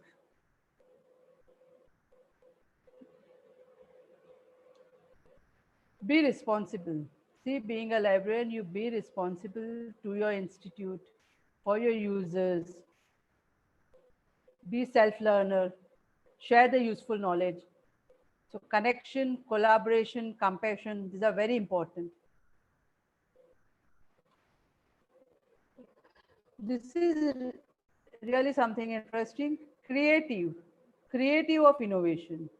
Recently, I also attended one webinar, which was arranged for the focus group of librarians, very small 10 to 12 group of librarians were there.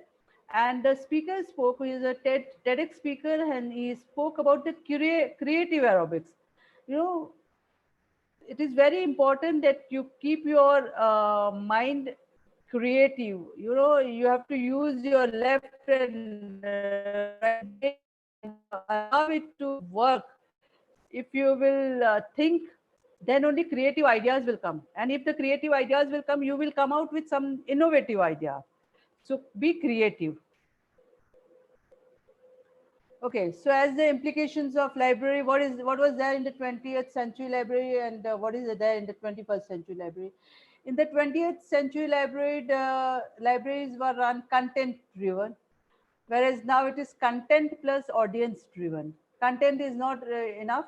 You need audience for using those contents. The objects were tangible in the 20th century. Now the objects are tangible plus digital. Information was coming one way, you know, but now the information are coming multi-directional. Previously, the focus was on your presentation and display, but now it is not restricted to your presentation and display, but audience engagement and experience.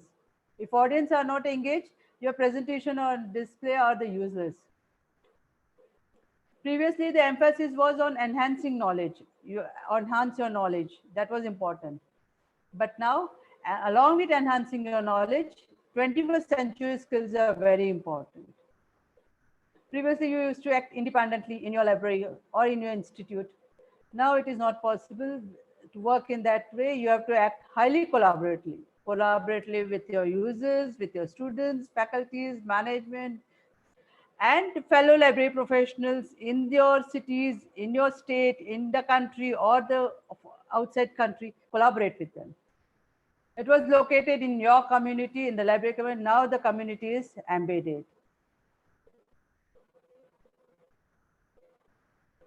So what are the emerging skill sets to inculcate this innovative skills? First is communicate, collaborate, cooperate, that is teamwork, introspection to understand your weakness, your strength, queries, get your queries, take queries from the others, data collection, as I said, collection is very important. Be active, be alert, be outgoing, be curious, be a critical thinker, and idea sharer. No, should not keep it with you. If you will share one idea, and if other person will give you another idea, so you will have two ideas. Alert to seek out new thoughts. So be alert and seek out for the new thoughts. What are the new thoughts that are coming? As I said earlier, risk taker, and whatever knowledge you have gained, apply in your library. Be a tech savvy, social media savvy, Facebook, Twitter, or WhatsApp. Be a social player. Cultivate the user-friendly personality. Don't stay in isolation. Grasp the needs of the academic community. Unless and until you understand the needs of your community, you are not going to perform your librarianship. And have the visionary approaches for meeting those needs. Be creative, be adaptable to change, be responsive, be enthusiastic, be energetic, be problem solver. Whenever the problems will come, issues will come, but try to get out of them. Have positive attitude, share your knowledge, be self-motivated. Don't wait that anyone else will come and motivate you. Develop your boost your self-confidence. It is very important. So how to develop this final part of our presentation? How to develop the skills and competitions? First, you develop the ability to embrace change. Whatever change is coming in your profession, embrace those change. Get comfort with the online medium. Don't hesitate. Don't shed off your shyness. If you don't know, ask the people. There's nothing wrong in that. Ability to troubleshoot new technologies. New technologies will come. You have to develop the ability to troubleshoot them.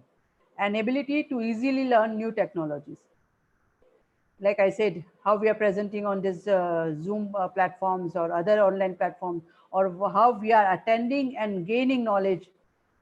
So learn these new technologies. Develop the ability to keep up with new ideas in technology and librarianship. See, these two things are now together, librarianship and technology. They are embraced in each other. So develop the ability to embrace these ideas and enthusiasm for learning. Have vision to translate traditional library services into the online medium. There's nothing wrong in having a traditional library services. Keep on that also, but start learning how to deliver these services through online medium. Develop the ability to evaluate the needs of your stakeholders. As I said earlier, how you can develop that, find out the needs and then provide them the services. Ability to question and evaluate library services. See, you should not think like, okay, I'm providing this library service, that's enough. You should question yourself whether these services are enough, or is it fruitful? If it is not fruitful, go for the other services, or come out with some other ideas or improve upon that. Ability to sell ideas on library services. That is what I said earlier, that whatever library services you are providing, go and tell your user fraternity that you have this services you are providing, educate them. So how we can develop all these things? By taking training of skills, by attending librarian development program or other faculty development programs or skill development programs, attend the workshops, learn from anywhere, from any medium, take the knowledge, take the coaching. So by summarizing all these things, I say, let us grow the profession and develop the professionals. It is our responsibility to grow our profession and develop our professionals. And that way we can create a better image of ourselves in the academic community.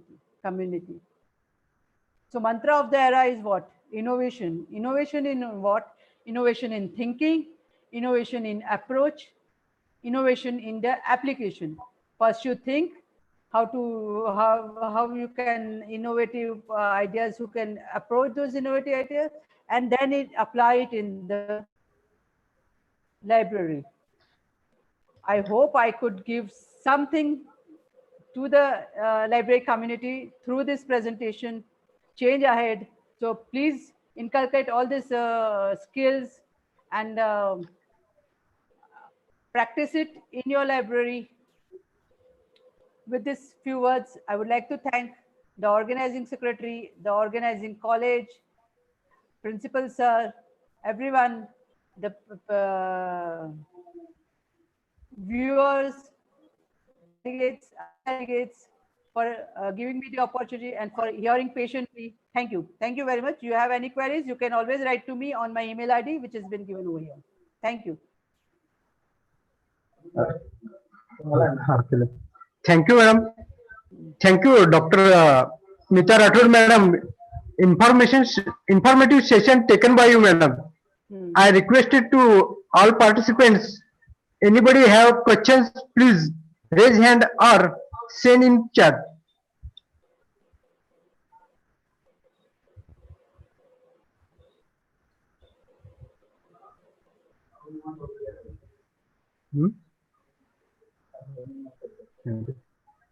Chat only, yeah? Okay.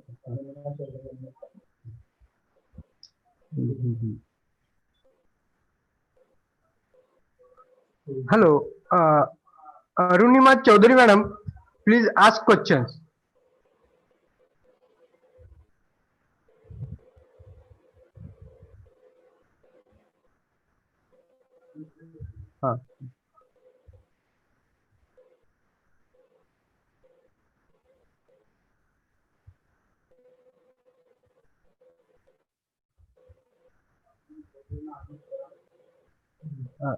Hello, Khan sir, please unmute to Arunima Chaudhary, madam. हाँ sir, उनका unmute क्या हुआ sir? हाँ किया है ना? हाँ ठीक है. हाँ, उनको तो सेल्फ म्यूट करिए बोले connect. Hello, Chaudhary madam, unmute you, please.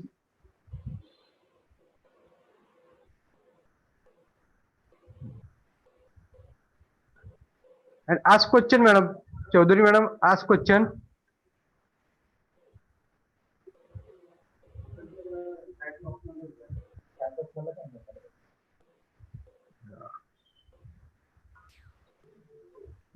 Hello, madam. Sir. Okay. See, there is one question I can see on the chat box.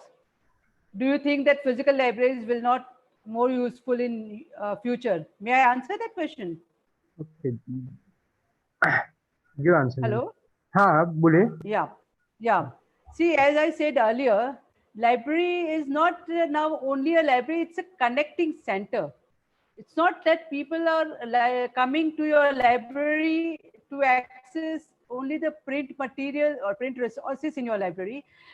Users are coming to library to connect with each other, to collaborate with each other. They want to sit together. They want to discuss. They want to discuss their ideas. They want to generate new ideas. They want to do their project work. So it is more than library. It's now a connecting center. So there is no way that physical libraries are not going to be remain. But very important is that we have to change the infrastructure of our library. So that I have a very good presentation on space management on that.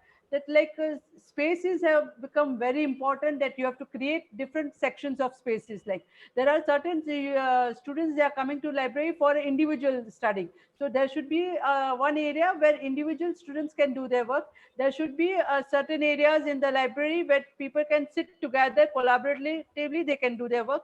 There should be certain area where they can do their audiovisual work together with their together doing in a group. So physical library is going to be there. You can see that there are, if you'll see the IIM Ahmedabad library, they have completely renovated them and they have made an excellent, beautiful library. They have the sitting arrangements, spaces. This has become very, along with the technology, spaces have become very important. So physical libraries will be there, definitely. There is no doubt about it. But I am talking about that along with physical resources, we have to focus on online resources also. I think, I hope I have answered your query. Okay, thank you, madam. Next question from Dr. Ranjita Das, madam. Dr. Ranjita Das, madam, please ask questions.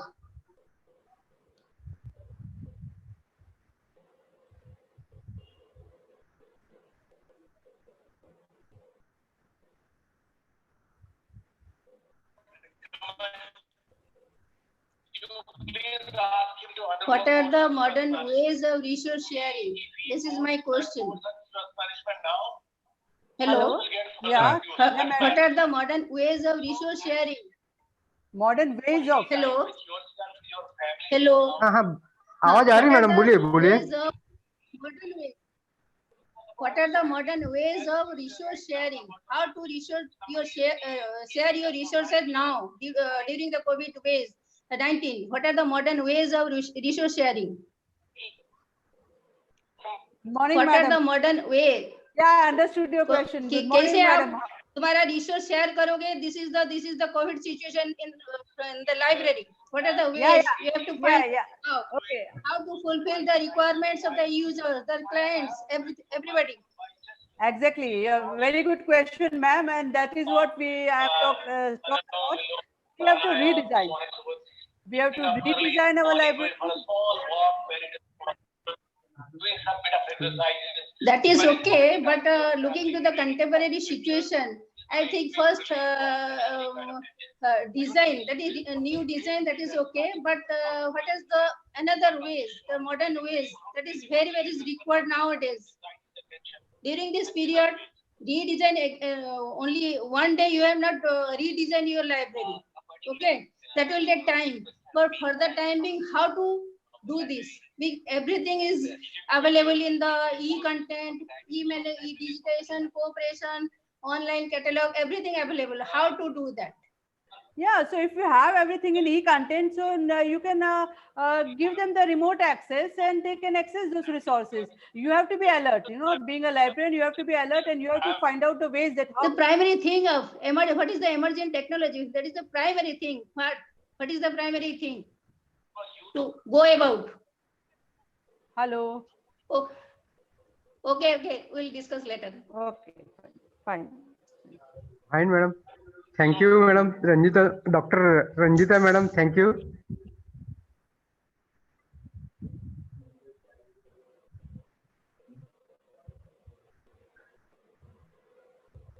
Okay, thanks, madam. Dr. Mita Rathod, madam. Thank you. Thank you. Today's third session of Mr. Kishore Ingale, sir. Their topic is mapping libraries with Industry 4.0. I introduce shortly about Mr. Kishore Ingale, sir. He has about 26 years progressive experience in various fields like government, R&D, private and multinational organizations. His personal area of interest are organization development, problem solving using analytics and technology development. On personal front, he is an avid cyclist, trekker, and mentoring Pune Adventure Club at TCS. His key achievements are in the area of design and implementation of content management and information services, library automation products and information sharing services, customization and integration of software products and project management, skill development of information professional for changing needs, solving organizational development issues. Since last 15 years, he is working with the Tata Consultancy Services Limited, Pune. I request to Mr. Kishore Ingale, sir, please proceed your session. Thank you very much, Mr. Kamble, and a special thanks to my teacher, Dr. Daivate, and my another friend, Dr. Mita Rathod, for setting up. I know we are running 35 minutes behind a schedule. I'll try to. What I'm going to cover in the session is what is Industry 4.0, another case study of a transforming of a banking sector, primary role of a librarian, new future of libraries. What will be the future of a libraries? What is changing? What are the skills required? Most of those things have been already covered by Meeta, but there are a couple of other things in line with the Industry 4.0. That is what I'm going to cover it. And then some of you might be thinking what exactly the case study of a banking sector is there. So once I explain the case study, you will be able to map the analogy of that particular thing with the libraries also. So what exactly is the Industry 4.0? We have seen there are a lot of people, librarians are the paper tigers, I always say. I'll request all of you people to excuse me for some of my rude comments which you may feel, but that's what I have been observed in the last 26 years in the profession also. So when somebody might be saying library 2.0, 3.0, and then how suddenly the industry 4.0 is, and then people might be talking about the library 4.0 or 5.0 also, we don't know. But if you ask those people why exactly it is industry 4.0 or library 4.0 and why not 3.0 or 7.0, they will not be able to answer you. So let me explain you what exactly the concept of industry 4.0 is. This is the fourth major step in the transformational journey. What was the industry 1.0 then? Industry 1.0 was a starting of automation.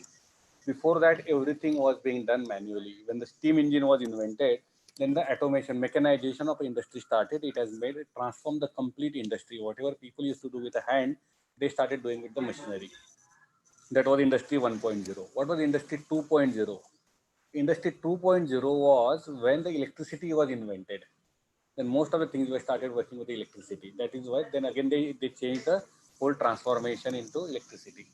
What was in electricity, and along with the electricity there was a supply chain management. So Britishers ruled India. What they used to do it, they used to carry our things from here to UK, produce something, and then they used to supply again the finished goods product. So mass production at one place and supplying it to the another places also, that has become into industry 2.0.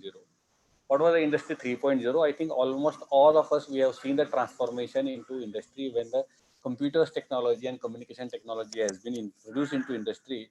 Just imagine some 30 years before how you used to do a railway reservation, how you used to do your banking operations, how you used to do your teaching and other things. So all those three technologies have changed the complete industry in a different way, and the industry 4.0, which started now, is going to be a new wave. So how do you are going to work with the industry 4.0? That is what is the industry, that is why we call it as the industry 4.0.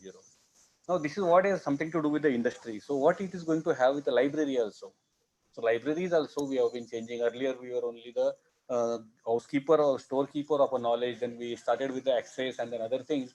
So now when we are going to the industry 4.0, we also need to map our library services along with that.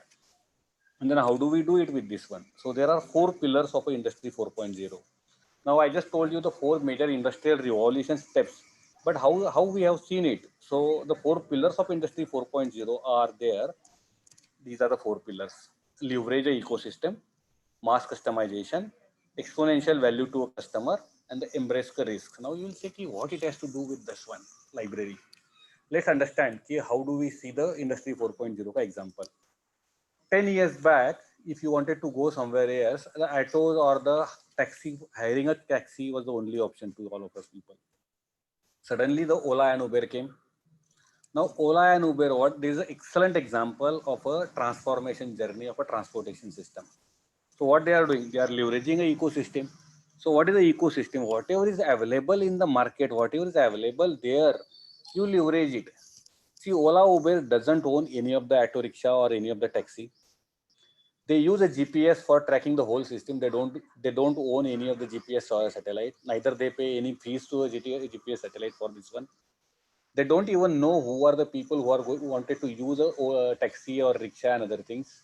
So they don't even know the users also. But still they are able to give the services to all the people. So what they are doing is they are leveraging this. Somebody has launched a satellite. Somebody already the mobile systems, smartphones and systems. They never invented the mobile smartphone system. It was already there. So they are using a mobile smartphone system. They have just created an app. They are using a GPS satellites launched by somebody else. They are using a vehicles owned by somebody else, and they are just connecting all the 4, 5 things. So they are excellently leveraging an ecosystem. So whatever is available over there, that's an example of a ecosystem. Now what they do is they do a mass customization. So what kind of a customization? I wanted to go to office, but I don't want to have a crowd with me, so I'll go alone. I just don't want to spend money. I would like to share it this one, so I have a share also, Ola share. I wanted to go to airport, so I would like to book it now so that the taxi will come to at my place by 4 o'clock or 5 o'clock, so I can do the mass customization. I am going to pick up some people, so they will be bringing with a lot of luggage, so I don't want to have a smaller car. I want a bigger car. I wanted to go to out of city. I wanted for outstation things. I want a small car or big car, whatever is there. So as per a need of every user, they have done a mass customization. If I want, I can have a Ola share, I can have a small car, I can have a days out car, I can have a bigger car, whatever I want, I can do it that way also. Then what is the third component of this one is the exponential value to the customer. So when I say customer, it's all stakeholders. So earlier, if I wanted to go from my place to the airport, the rickshaw wala will charge me 500 rupees. Then still it will not be a safe for me. Whereas the mass customization for me, it's an exponential value. I pay less. I know where exactly I'm going. My close one relatives can track me also. If it's my younger daughter going from here to somewhere else, or I just put her into flight and then she will be getting down at a Delhi airport and from there taking a rickshaw, I will be still able to track her. So it's a value for me as a customer. The drivers or the other people, they get a fair good money amount of this one. Then government also gets a revenue. Earlier, the rickshaw wala was charging you 500 rupees, but he never paid any taxes on this one. Now you are paying a taxes to the government also. So exponential value to each and every customer or every stakeholder, right? And while doing this, they have also embraced the risk. So what was the risk? There will be some unions, rickshaw union will oppose for this one, taxi union will oppose for this one. That has happened sometime, but now everywhere you go to any of the city and other places, you will find a Ola and Uber working over there. So they have just embraced it. So government policies will be there. So there were some government policies. You have this kind of a public permit. You cannot do this kind of a business and other things. So this kind of a risk were there. So this is what is an excellent example of Industry 4.0, where they have transformed the complete business of a transportation into a new model, right?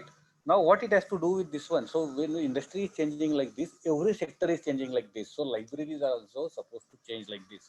So what we have to do is we have to leverage a ecosystem. We have to do the mass customization of our services. We have to give exponential value to each customer, and at the same time we have to embrace the risk also. So once you understand the concept of Industry 4.0, we can map it to our library activities also. Now, before we go to that side, I would like to present you another case study of a banking sector. Those who are in the 40 plus or who were born or who have seen the banking sector in last century, you must be remembering how the banking sector was there. It was a branch centric. For whatever things you want to do with the bank, you have to go to the branch. The payment methods were available only by cash, check, or DD. No other method was available over there. The loans were very limited. You had a home loan, vehicle loan, travel education loan, or home repair loan. And for that too also you have to beg and go to the bank. You have to fight for this one. It was a gigantic task to get a loan from any of the bank. Channels of a communication with the customer was only one available, going into the bank and then talking to those people also. Just for withdrawing your own money, you have to stand there in a queue. Person will give you a token. You have to stand there for half an hour. That kind of a banking system was there. It has been changed in 21st century now. Now it is more of a customer centric. It's not a brand centric. Now you have multiple options of a payment. You can do e-wallets, gateways. You can have a Beam app. You have a Paytm. You have Amazon Pay and whatnot. Everything is there. Whatever the free charge and other things. So a lot of things are also available there. Earlier it was difficult for you to get a loan. Now people are behind you. You get a flexibility of this one, of those one. The bank account people will call you, sir, why not you take a home repair loan? Why not you get a loan for even going for a holiday? That was not we could not even imagine for getting a loan for a holidays in 20th century, which is a reality today. So people are behind you. It was earlier we were behind bank for doing this kind of things also. Now channels of communications where earlier that was only branch. Now they can communicate with your mobile app. You can go to the ATM. You can go to the website. You can also have talk to those people, the customer service centers and other things. So everything has been changed. But the core function of a bank has not been changed. The core function of a bank is the same. They take a money from you, they lend it to the other people, they make a profit on whatever, and then that profit they distribute it to their stakeholders. So all those things. So the same thing will happen with the library. Or core function of a library of a giving information to the people remains the same. But it will change the way we have been doing it. Now you don't expect people to come to your library and then ask something over there. Mass customization, the information need of all your users will be different. Your principal may need a different kind of information. Your head of the department may need a different kind of information. Your research students will need different kind of information, and your regular graduate, postgraduate students will need a different kind of information. So that is what is a mass customization for all of you people. You will have to give it in a different way. You will have to give it on the email. You will have to put it on their podcast. You may have to put it on your websites, whatnot. You may have to go and talk to the people what exactly they need it. Then only you will be able to survive in the industry 4.0. Now, there was an interesting study done for the banking. Now they said, okay, there are not many people coming to the banks. The same thing we also keep talking about it. Not many people are coming to a library. It's a big task for us. So what they have done is they have said, okay, there are likelihood of an increase of a branch usage by these kind of activities. So extend your services beyond office hours in a virtual way also. So whenever you want, there should be some mechanism. You should be able to call somebody on the mobile phone, or should be able to do a video call. Probably, if you are making these people things available from your bank, probably people will are likely to come to the more to the bank also. Digital screen or self-help services with a representative to help you there as and when needed. If you provide this kind of a thing also, probably more number of people will come to the bank. Or ability to schedule a personal appointment. See, for example, let's take an example of a people like me who work in the IT industry. My office timings are also same, 9 to 6:30. If I want to go to a bank for something else, Saturday and Sunday they also have a holiday, I also have a holiday. When will I go to the bank? So if bank allows me to say, okay, I don't mind you, and if you are coming at a 7 o'clock, you schedule your appointment, and then that time we will be there in this one in the bank. Probably they will be able to have a more footfall in the bank also. And then branch resembles more like a cafe where you can have plug and hang out. You can go there, work anything over there. These are the chances. If you are doing to the 31% chances are higher for people coming more to the branch also. Now map this analogy also. So if you say, no, my library is open only 10 to 5. Beyond that, my library will not be open. Or beyond that, I only will have a reading hall open and nothing else. If you have to use this one, then the people are not likely to come to your library for this thing. If you have more of a services like this one, self-help screen, and then you also say, okay, when you have difficulty, we have a person over there to help you out, and it's available during this time to this time, and all those things also, people are more likely to come to your library. If you are a say, okay, sir, whenever you have a prime, I don't mind coming to a library, helping you, taking out some information, giving it to your printouts and other things also. If you have this kind of a thinking, probably the more number of people are likely to come to the bank also. When banking sector is thinking like this, why not we at a librarian sector? So there are numerous examples. I just wanted to quote you one example to map it with the library things. Why should we think about this? If we are not going to do this, what is going to happen? So this is the most important thing. Why should I think from this perspective? You see the statistics of jobs related to the banking sector. From 2001 to 2008, jobs in banking sectors were reducing slowly, right? And this is the time most of the banks were growing. So what was happening when the bank jobs were reducing? How the sector was growing, because there was a lot of automation happening over there. Then half of the things whatever were being done by the branch operations were being done by somebody else. So the same time IT industry was in boom. So an IT industry that time during this period, 50% of our revenue of IT industry used to come from banking and financial services. So whatever a bank was not doing, the software engineers were doing. So the jobs of our banking sector were done by the software engineers. At the same time, there was a requirement of a lot of taxis and other things. So the recruitment of that bank was going down, but similarly, that was being filled by somebody else also. The software engineers were taking care of that things. And then slowly now it has started growing also. This is a trend. So what will happen if you don't change it? If you see today, the banking sector jobs are not by the bankers. They are most of the technical people, technocrats and other things also. I remember when we were studying in 1990 in a university, people used to say the all computer science people will come and the librarian job will be going, right? So what has happened? That time, if you see the university library system earlier, I remember there used to be some 80, 100 people working into big university libraries. You go to IIM or IITs or the new institutions set up in today's time, they have 10 to 15 people only.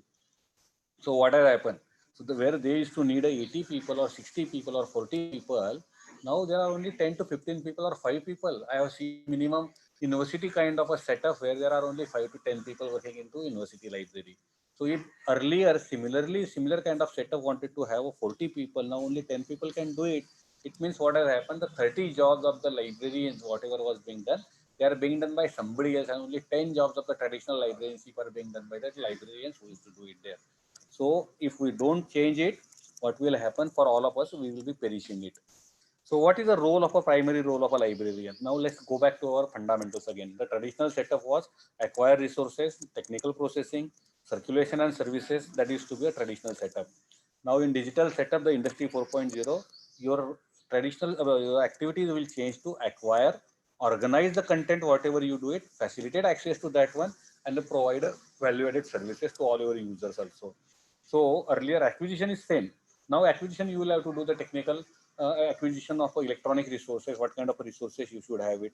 And there is to be technical processing. So now it's organizing. When I say organizing, making it accessible to all the people, whether you should put it on the server, whether you should have it on the vendor side only, and then facilitate whether you should have a easy proxy, whether you should have a remote text kind of a connectivity to all those people, and then you should build the services.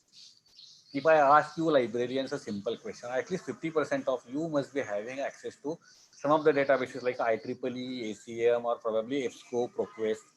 You have this one.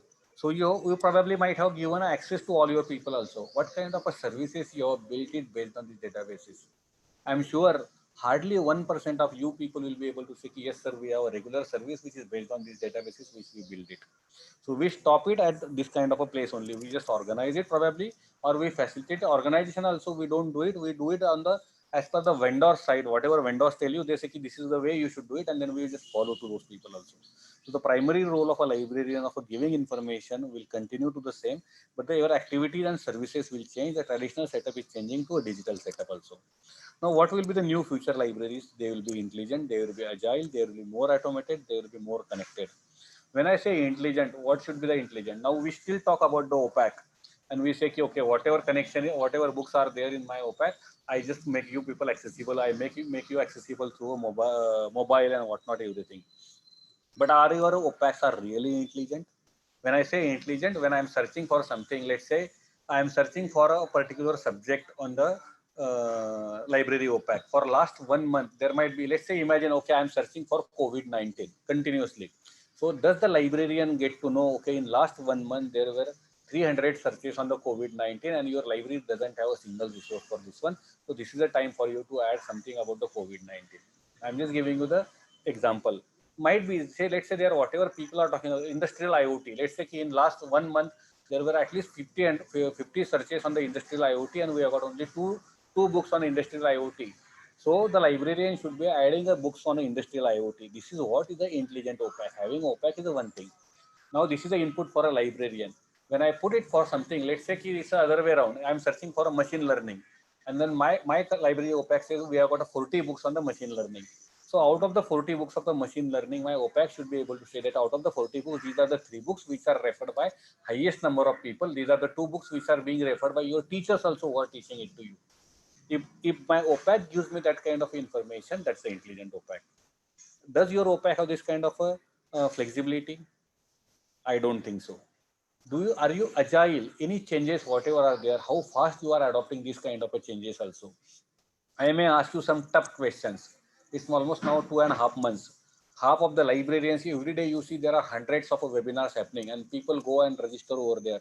What kind of things you have learned it from these webinars and other things? Apart from this, I've seen many of the webinars where people say, very good session, fantastic session, send me your PPT and then when can you send me a certificate for this one? This is my mail ID. Send me a certificate or send me a presentation.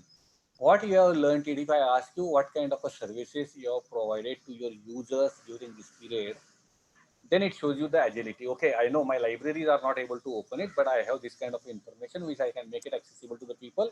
I have adopted it. That kind of agility, how many of you have shown that kind of agility for all your services? This is a question you will have to ask to yourself. Don't answer it to me. I am not a right person. I never worked into academics, but this is what is going to come into future. The things has to be more automated. When these things will happen, when you will be able to have your intelligence systems, when you have more kind of automation. And then these has to be always connected. So when I'm saying connected, this should be connected with all the stakeholders. This should be connected with all your service providers. Probably in future, it may also happen. Okay, this particular book has got this many kind of a reservation. Let's take an example. My institution has given me full freedom.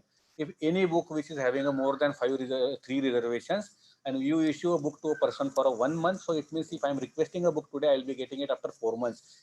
Considering every user will be returning it in time. So after 4 months, I won't be needing that book. By the time it would not be useful for me.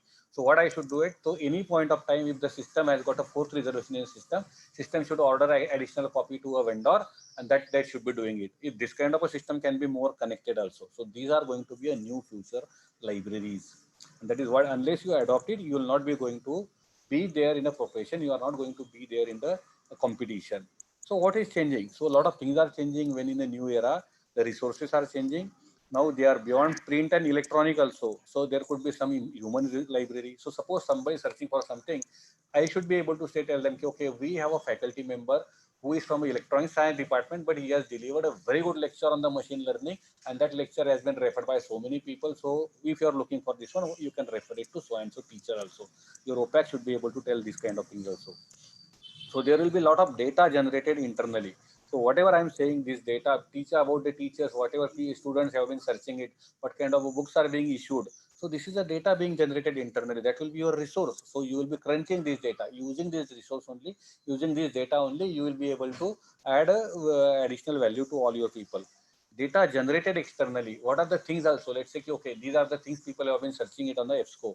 These are the things people have been learning it on the nature and science. These are the things people have been searching it onto ACM or IEEE. So that data generated externally. So this is also will be useful. So you will know, okay, this is what my users are looking for. This is what my users are asking for. So this is a trend into market. So data generated externally will also be your resource. Podcast. So we have been talking only about print and electronic, but a lot of podcasts are also there. So there are a lot of resources like podcast, which will be your resources, which we never considered as our library resources today. So your resources are changing. Now book summaries earlier, now there are databases of a book summaries. People used to do it. Now you can subscribe to book summaries databases also. That will be useful for other kind of things. So whenever we talk about the databases, predominantly we talk about the bibliographic databases or voltage databases, but we never talk about these kind of resources, which will be a resources for the future of a library also. So the resources are changing. What is changing? Your operations are also changing. Your operations will have higher level of automation, automatic delivery of alerts and podcasts. Now for FAQs and other things, you will also have a chatbot. It's more than a year. We have already deployed a chatbot in my libraries also, and the chatbot automatically answer all the questions. Suppose you go to library searching for OPAC, you just ask for something, machine learning. The system will automatically tell you, okay, we have these many books in your branch on the machine learning. If there are anything else outside also, that also they'll do it. If you say, okay, I wanted to reserve it, how many books I have reserved, what is the status of my reservation, how many books I have renewed it. So everything my chatbot does it. So there will be a higher level of operations, automations into all our things also. There may not be a full-time librarian, so operations will change. The reference queries, now one library, it will be difficult to answer all kind of reference queries also. So there might be somebody, let's say take an example, which may not be applicable for all of you as the academic librarians. If there is somebody from industry or special library, probably the things will be different. Somebody working on your research project and they say, I wanted to know the report of auto OEM manufacturers in and around Chennai, or let's take an example of Pune, or Konkan belt, the whole area where the institution is established, they are more known for pharmaceutical and chemical industries. So what is the impact of a impact of chemical industries on the environment with special reference to whatever the Konkan area? Let's say that kind of a study somebody wanted to do it, librarian may not be able to answer it. So there might be somebody who will do it, work for you people. They will charge you only for that and they will go away. So that kind of a librarian job also will be coming, or you may have to hire that kind of a people or the agencies from outside. So your operations are changing. You will need all kind of different skills, which already Meeta has mentioned you what kind of a skills. Some of the skills you will be able to acquire it, some of the skills you may have to hire it from outside. So working with a heterogeneous group of people, you will not be working only with the student, teachers and other things. You may have to work with a different kind of people, all the stakeholders. That will be a skills required for you. You will have to have an analytical ability and summarization of whatever things are there. So when looking at this information, you should be able to analyze what is going to happen, and then you should be able to summarize it in such a way that, okay, it will add a value. It will be giving a correct information to all your stakeholders, to your teachers and other things. You will also need to have more skills about your data security. Whenever you are sharing your information, there are new GDPR kind of regulations are there.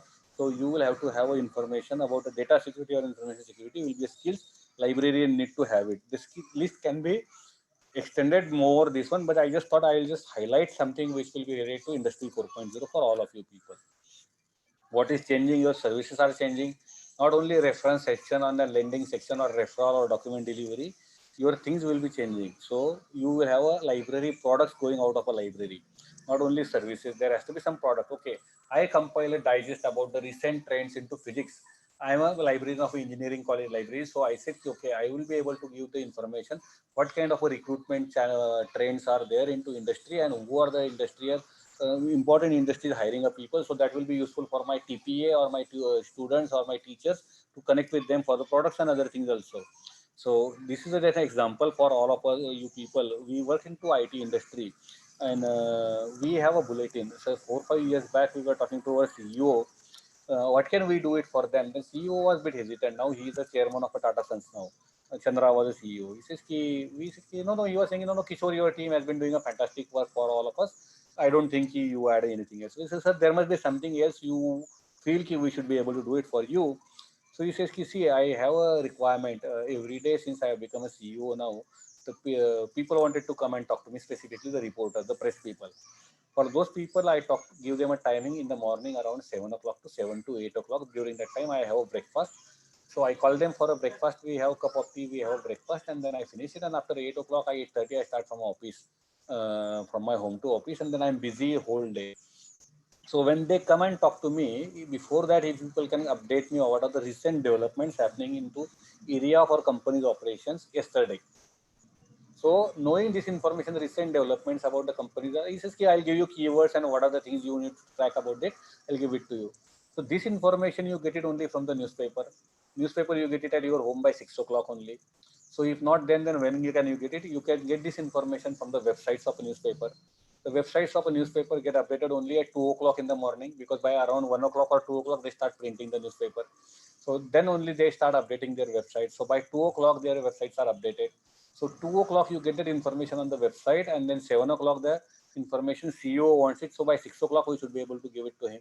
So we have a window of 4 hours in our hand, 2 o'clock to 6 o'clock.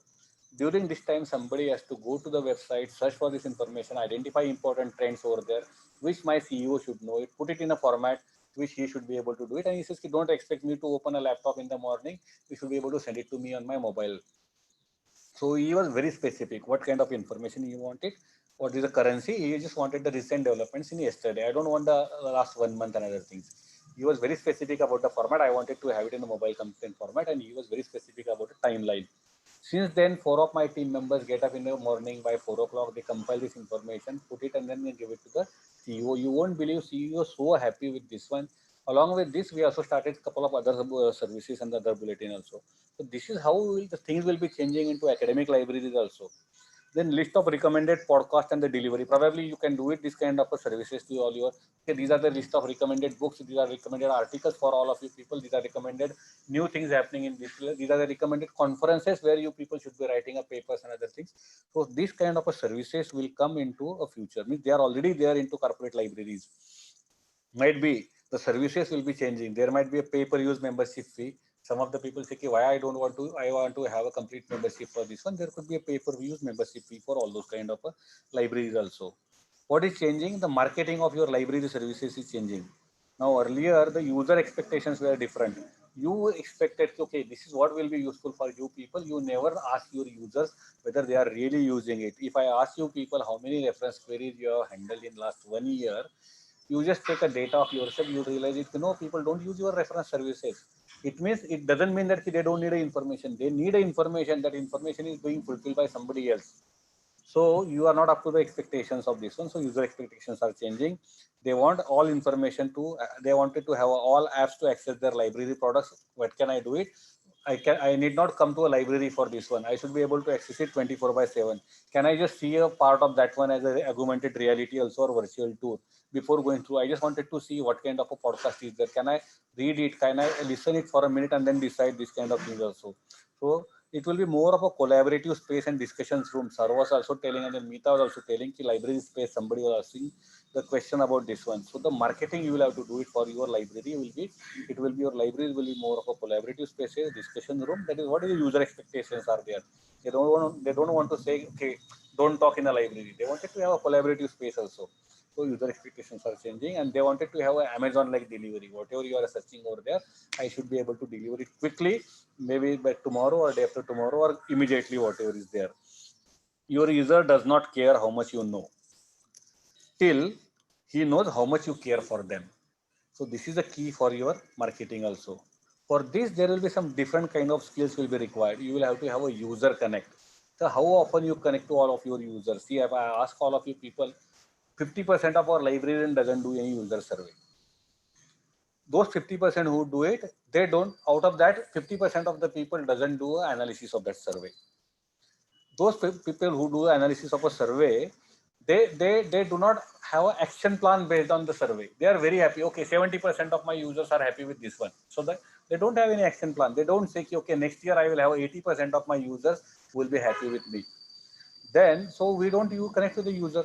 We don't have a persuasion skills with the user. And those people who do a user survey, they are also very smart. They say, how satisfied you are with the library? Happy, very happy, excellent. They will not give them an option to say, okay, what else you would like to have from the library? Open-ended question. You are afraid of this kind of things also. So you need to have a very good user connect with all your teachers, students, all your stakeholders, your institute, your management, and other things also. You need to have a persuasion skill to all those people for using your services, giving you some more additional resources and other things also. You need to have a selection and evaluation of a digital resources. How many of you are able to evaluate your databases or the selection of the resources, whatever you do it? So that will be a different skills you will have to have it. Negotiations with your vendors, with your users, with your management. So your management will say why you want to have it. So you will have to negotiate with your management. You will have to negotiate with your vendor. Say vendor says, no, my cost of a particular database is for something. So you can say, okay, for IIT Delhi, it might be justifiable, but for my institution, it's got only this many kind of a users, I cannot afford to pay this one. So you should be able to negotiate with your vendors also. Your users will say, no, we have been wanted to have this one. This is how we have been using our library services. So there has to be some changes. So you will have to pursue your users to adopt the new things, adopt your new services. So you will have a negotiation skills with all our stakeholders. You will have to have a promotion and marketing skills of whatever services, whatever things you are introducing it over there. It can be through email, it can be poster design, it can be through event management, various events. You should have this kind of a skills also. You need a more of a data management skills because data will be able to help you to make a decision based on whatever data you have. It could be your usage study, it could be your analysis and everything. So based on that only you will be able to talk to the people. Let's say somebody, you are subscribed to XYZ databases and they say, okay, last year only 200 people only were using it and they only downloaded only 100 articles. So next year you should be able to minimize the cost because the usage is not very high. So this you will be able to do it only from your usage or the vice versa. You have a very good usage of this one, you should be able to convince your management for a subscription. So you need to have a data management skill and analysis skills for this one. You will have to collaborate with multiple stakeholders. It could be your IT department, it could be your teachers, it could be your vendors, it could be your other people. So your collaboration skills are also required. And why should you worry about this if you are not going to do it? So this is a news. They say, okay, Google partnership to provide online access to 190,000 books, 190,000 books online. So with this paid, after some time, there will be somebody else. Tomorrow, I won't be wondering if someone says, okay, whatever information requirement for all your people, I'll be able to give it.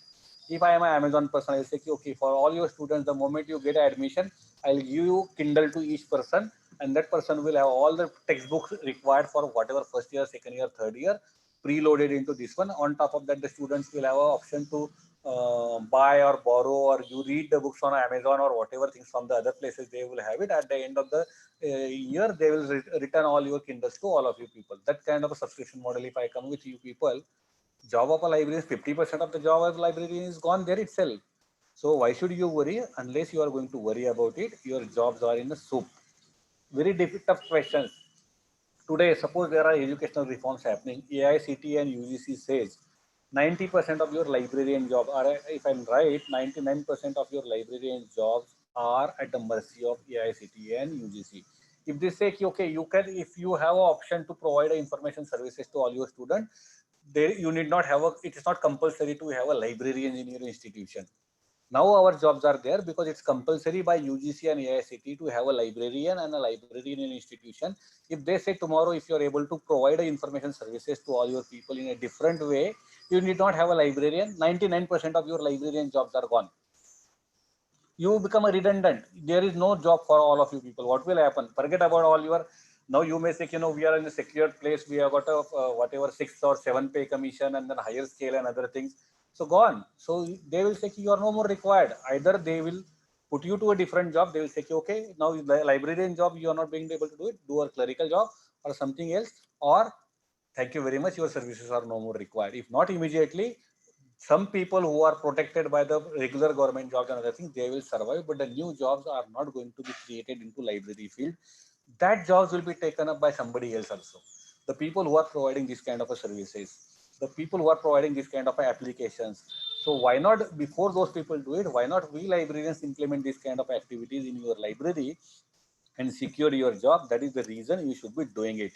So as the same thing, if I ask you the same example, in last 3 months, what kind of a services you have given it to your college libraries or your institutions, that is a big eye opener for all of you people.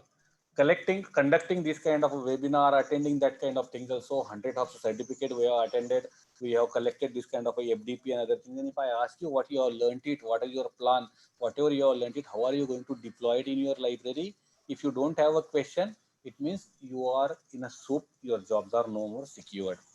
I don't want to give you the picture, I don't want to threaten you, but this is what is the reality. This is what is going to change it. If the auto wala doesn't change it, their jobs have been taken by the Ola and Uber, and the same Ola and Uber, now auto walas are also joining to those same thing, Ola and Uber. Same thing will happen if you don't change it.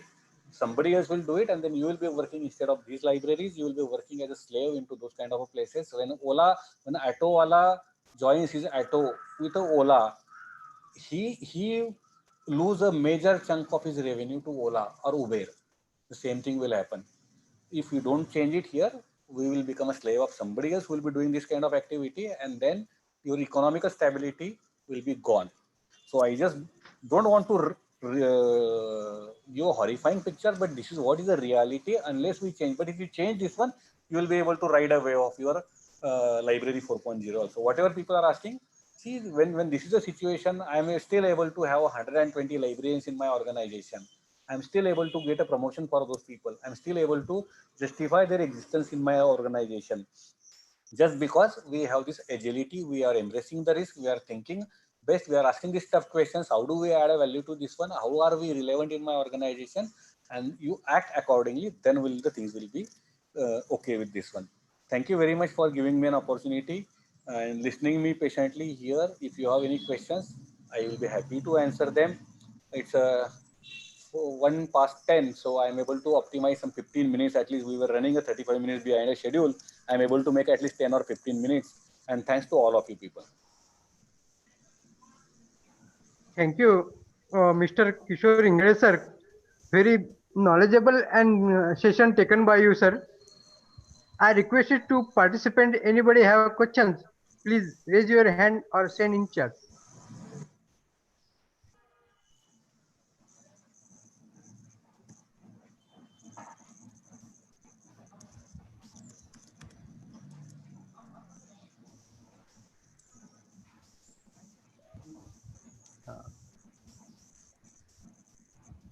Hello, Arunima Chaudhary, madam, please ask questions.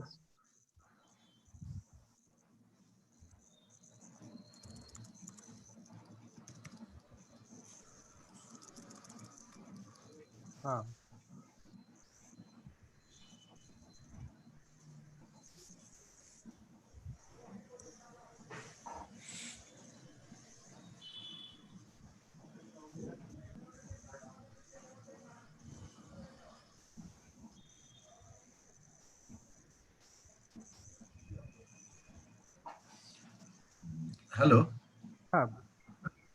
In the meantime, there was a very good question of physical library existence by someone. I have also cleared that physical library immediately not going to exist. Means it will remain as it is.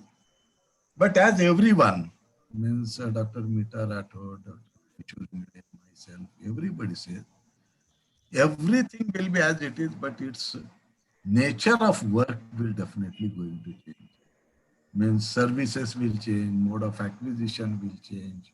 All such type of things will going to change because of implementation of ICT or different technology which are adapting in the library. Of course, academic libraries, especially university libraries, they are matching everything with the industrial library, but still they have to go somewhere. But slowly it will come to the college library also, because now college library also become a research center, and they have to provide different services to the user, which are research-based services. So maximum services, they will come from the advanced technologies. Whatever primitive or traditional services we are given, their mode of delivery will be different. Like say SDI, it will be electronic SDI, e-CAS, data alerts or information alerts, then information digest. All such type of things, new services will come. Only thing is that the data will maximum collected from the digital resources. Latest data will come. Hello. So this is the addition to Mita's reply. That was, I couldn't be unmuted that time. So this is one thing. Then resource sharing, somebody has asked something regarding resource sharing. The resource sharing consortia groups are right now engaged, but ebooks resource sharing is also coming out, or ebook consortia are also available now. Apart from that, there are many open source resources available on internet and as well as using different web pages, institutional repositories and all these things. So maximum 60% or near literature you can collect from the open resources, but whatever talented or intellectual resources you want, that you have to fund for the commercial and paid resources. So this is one review what we have to take into consideration. This is what I want to add to the uh, questions what you have asked. So any more questions? We three are available here. You can ask. Thank you, sir. Thank you, Dr. Daivate, sir. Any more questions? Please ask anybody.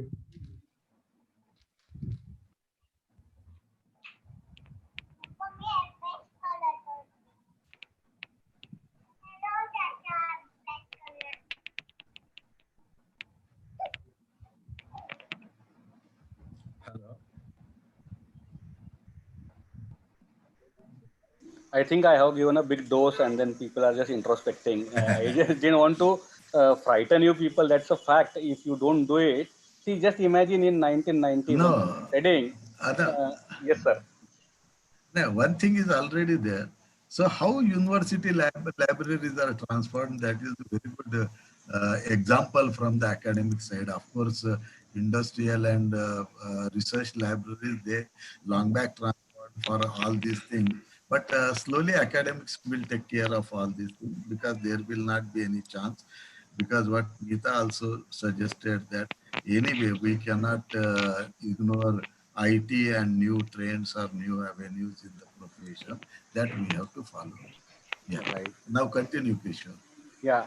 So I remember in 1990 when we were studying, the abstracting and indexing used to be one of the most important skills.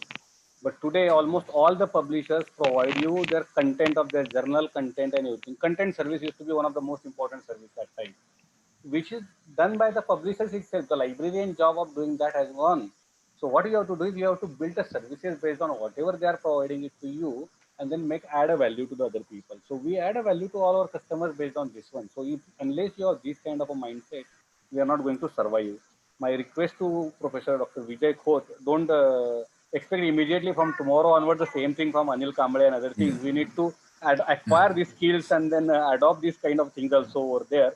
It's a gradual process and there are a lot of things being happen also. Dr. Mita really mentioned about, again, same thing, space. The library space is being organized in a different way. We are using it in a different way. Same thing happened in my organization also. The space is the most expensive resource for all of us. So how do you utilize it in a more effective way? That we librarians have to think it.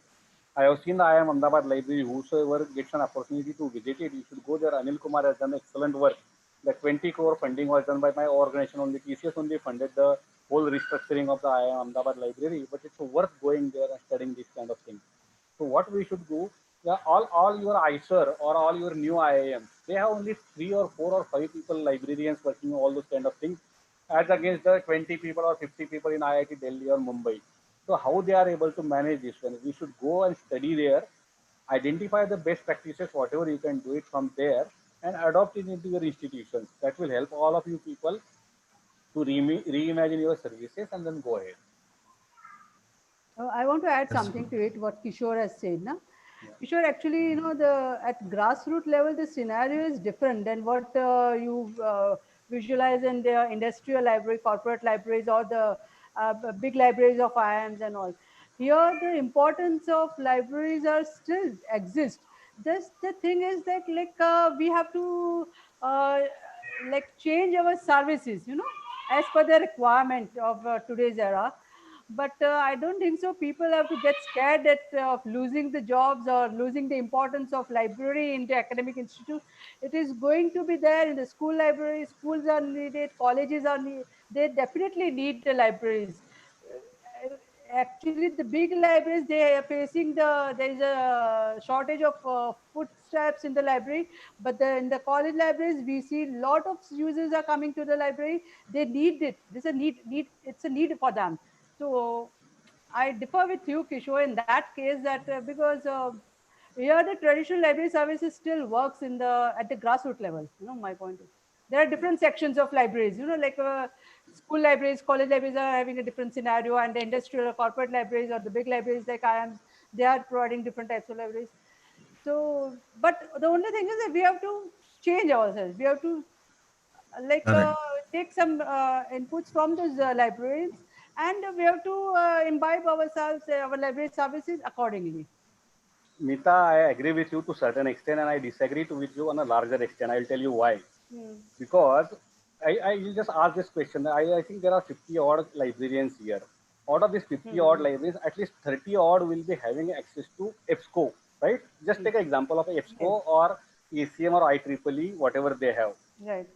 And it's not that they got it only this year. It must be Hmm. there since last 4-5 years, maybe 5 years, 10 years. Then ask your librarians what kind of a services they have built it based on Yeah. this one. No, I Simple agree with example. you. I See, agree with simple you. example. Uh, You have most of you people have a management institutions.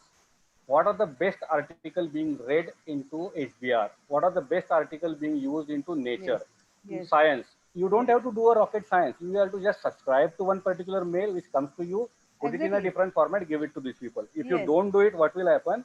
If Hmm. half of the things, whatever people are coming to your library, they are being automated. In new library, you Yes. see any of the new institution where they are going, they are investing into automation. They are not investing into people. Yes. There is the Yes. same university library, there is Ashoka library. There are only 3 or 4 people. What they are doing is they are not investing into a recurring expenditure of a salary for a people which goes on increasing. They Yes. are investing into a recurring expenditure of a technology which goes on decreasing year on year. So Hmm. what is happening? See, take a imagine if IIM library, let's say IIT Delhi library has a 25 odd library professionals today, Hmm. and today's IIT library, let's say IIT Indore. Right. I don't know if there is IIT or some new example. How Yes. many I am. librarians they have? Uh, Or IIM library.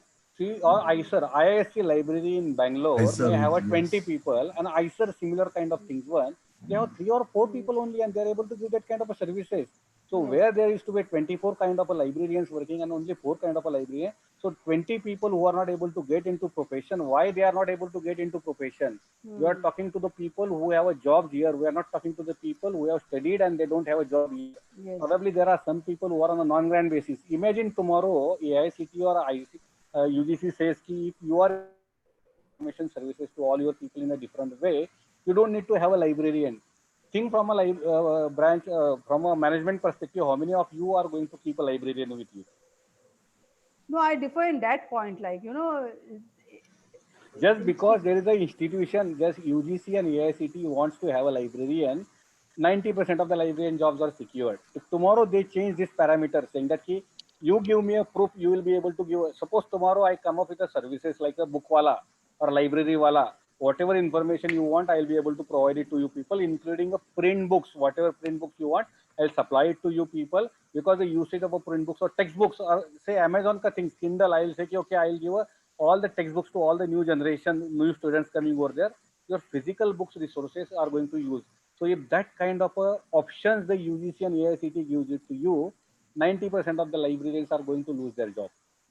At No, least no, in no. That's academics. why I say, no, See, that's why I said the library has changed now. It's not a library of giving issue and returning of books. It's a connecting center, you know. So you have Right. to develop your library in such a way that people. Perfect. That's the same thing. And the same question I'm asking. What our current librarians are doing for this one? Do they have this kind? That's what they have to develop those skills, not that you work on that. Can I add something into Yeah, this? sure, sir. One line means. Yeah. See, madam, in my whole career, Hmm. I only provided services, Right. library services. Hmm. These services I provide to industry as well as in-house also or researcher, whosoever may be. Library's budget was 4 crores, where from the services using different databases, using STN as a platform, I search all the databases, I collect information, I repackage it, and I give it to the industry, especially for chemical and drugs and pharmaceutical, and I earn cash flow of nearly 4 crores equivalent. No marketing, only mouth publicity. That time it was okay. But if we market such type of services and if we go outreach with the good services, definitely people will welcome and they don't mind paying. They want qualitative services. Yes, That that is important. Yeah. Kishore is also suggesting in another way.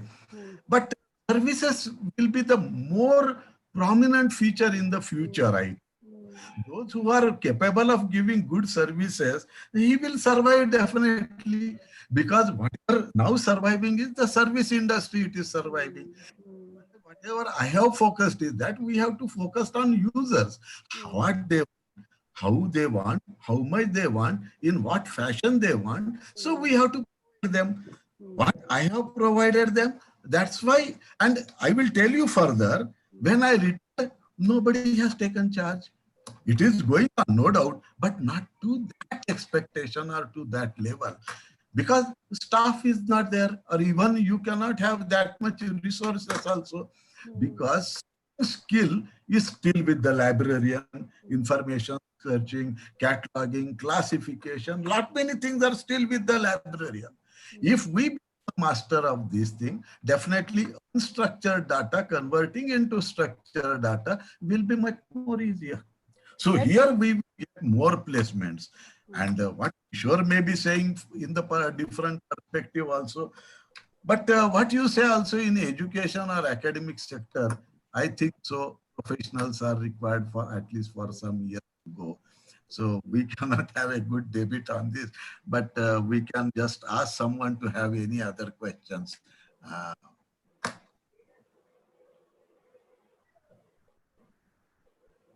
Hello. Thank you, sir. Any more? Okay. Now we are moved to the last session of the today's webinar, the validatory section. I requested to Dr. Rawal sir to take a charge.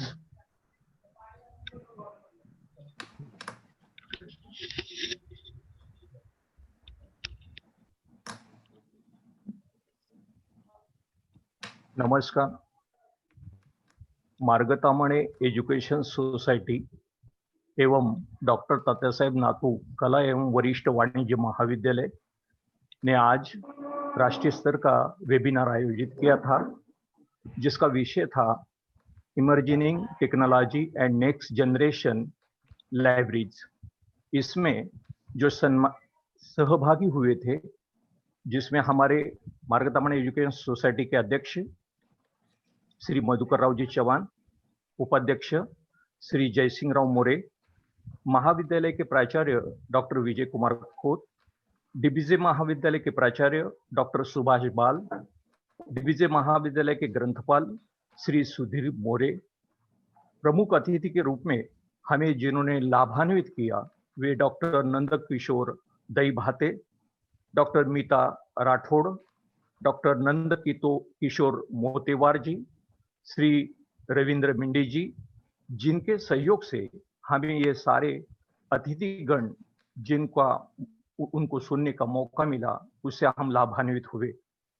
साथ ही अतिथि व्याख्यान के बाद हमारे महाविद्यालय के NAAC coordinator doctor Suresh Sutar ji और श्री ग्रंथपाल अनिल कामले जी, जिनके सहयोग के बिना ये आज का आयोजन संभव नहीं था। और साथ ही आज के प्रतिभागियों में जिनको जो सभी सहभागी हुए उनको मैं साधुवाद देता हूं। और साथ ही software solution and service Pune, जिन्होंने हमें बहुत ही अच्छी तरह से तकनीकी से लाभान्वित किया, वे श्री चेतन टकसाले, श्री इदरीस खान, उनका भी मैं शुक्रगुजार करता हूं और सबका फिर एक बार धन्यवाद ज्ञापित करता हूं। एक सेकंड, हमारे कामले सर बोल रहे हैं। बहुत बहुत धन्यवाद।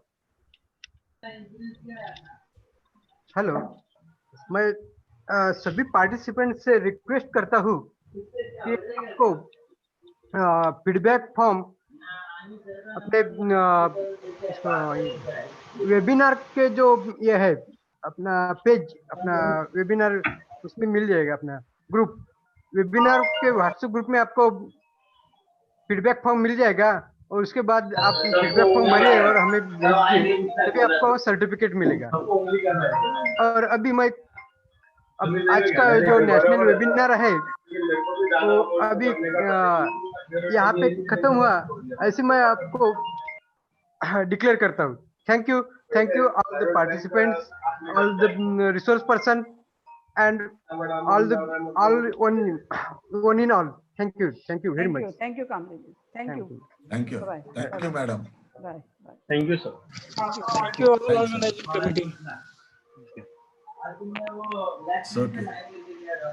Mita Rathod, thank you very much Thank for you, sir. joining. Yeah, thank you. It was nice It was very interacting. good. Yeah. Kishore, thank you It's very a much. good thing. Keep in touch. करो, leave करो। हाँ। Can we leave? Yeah.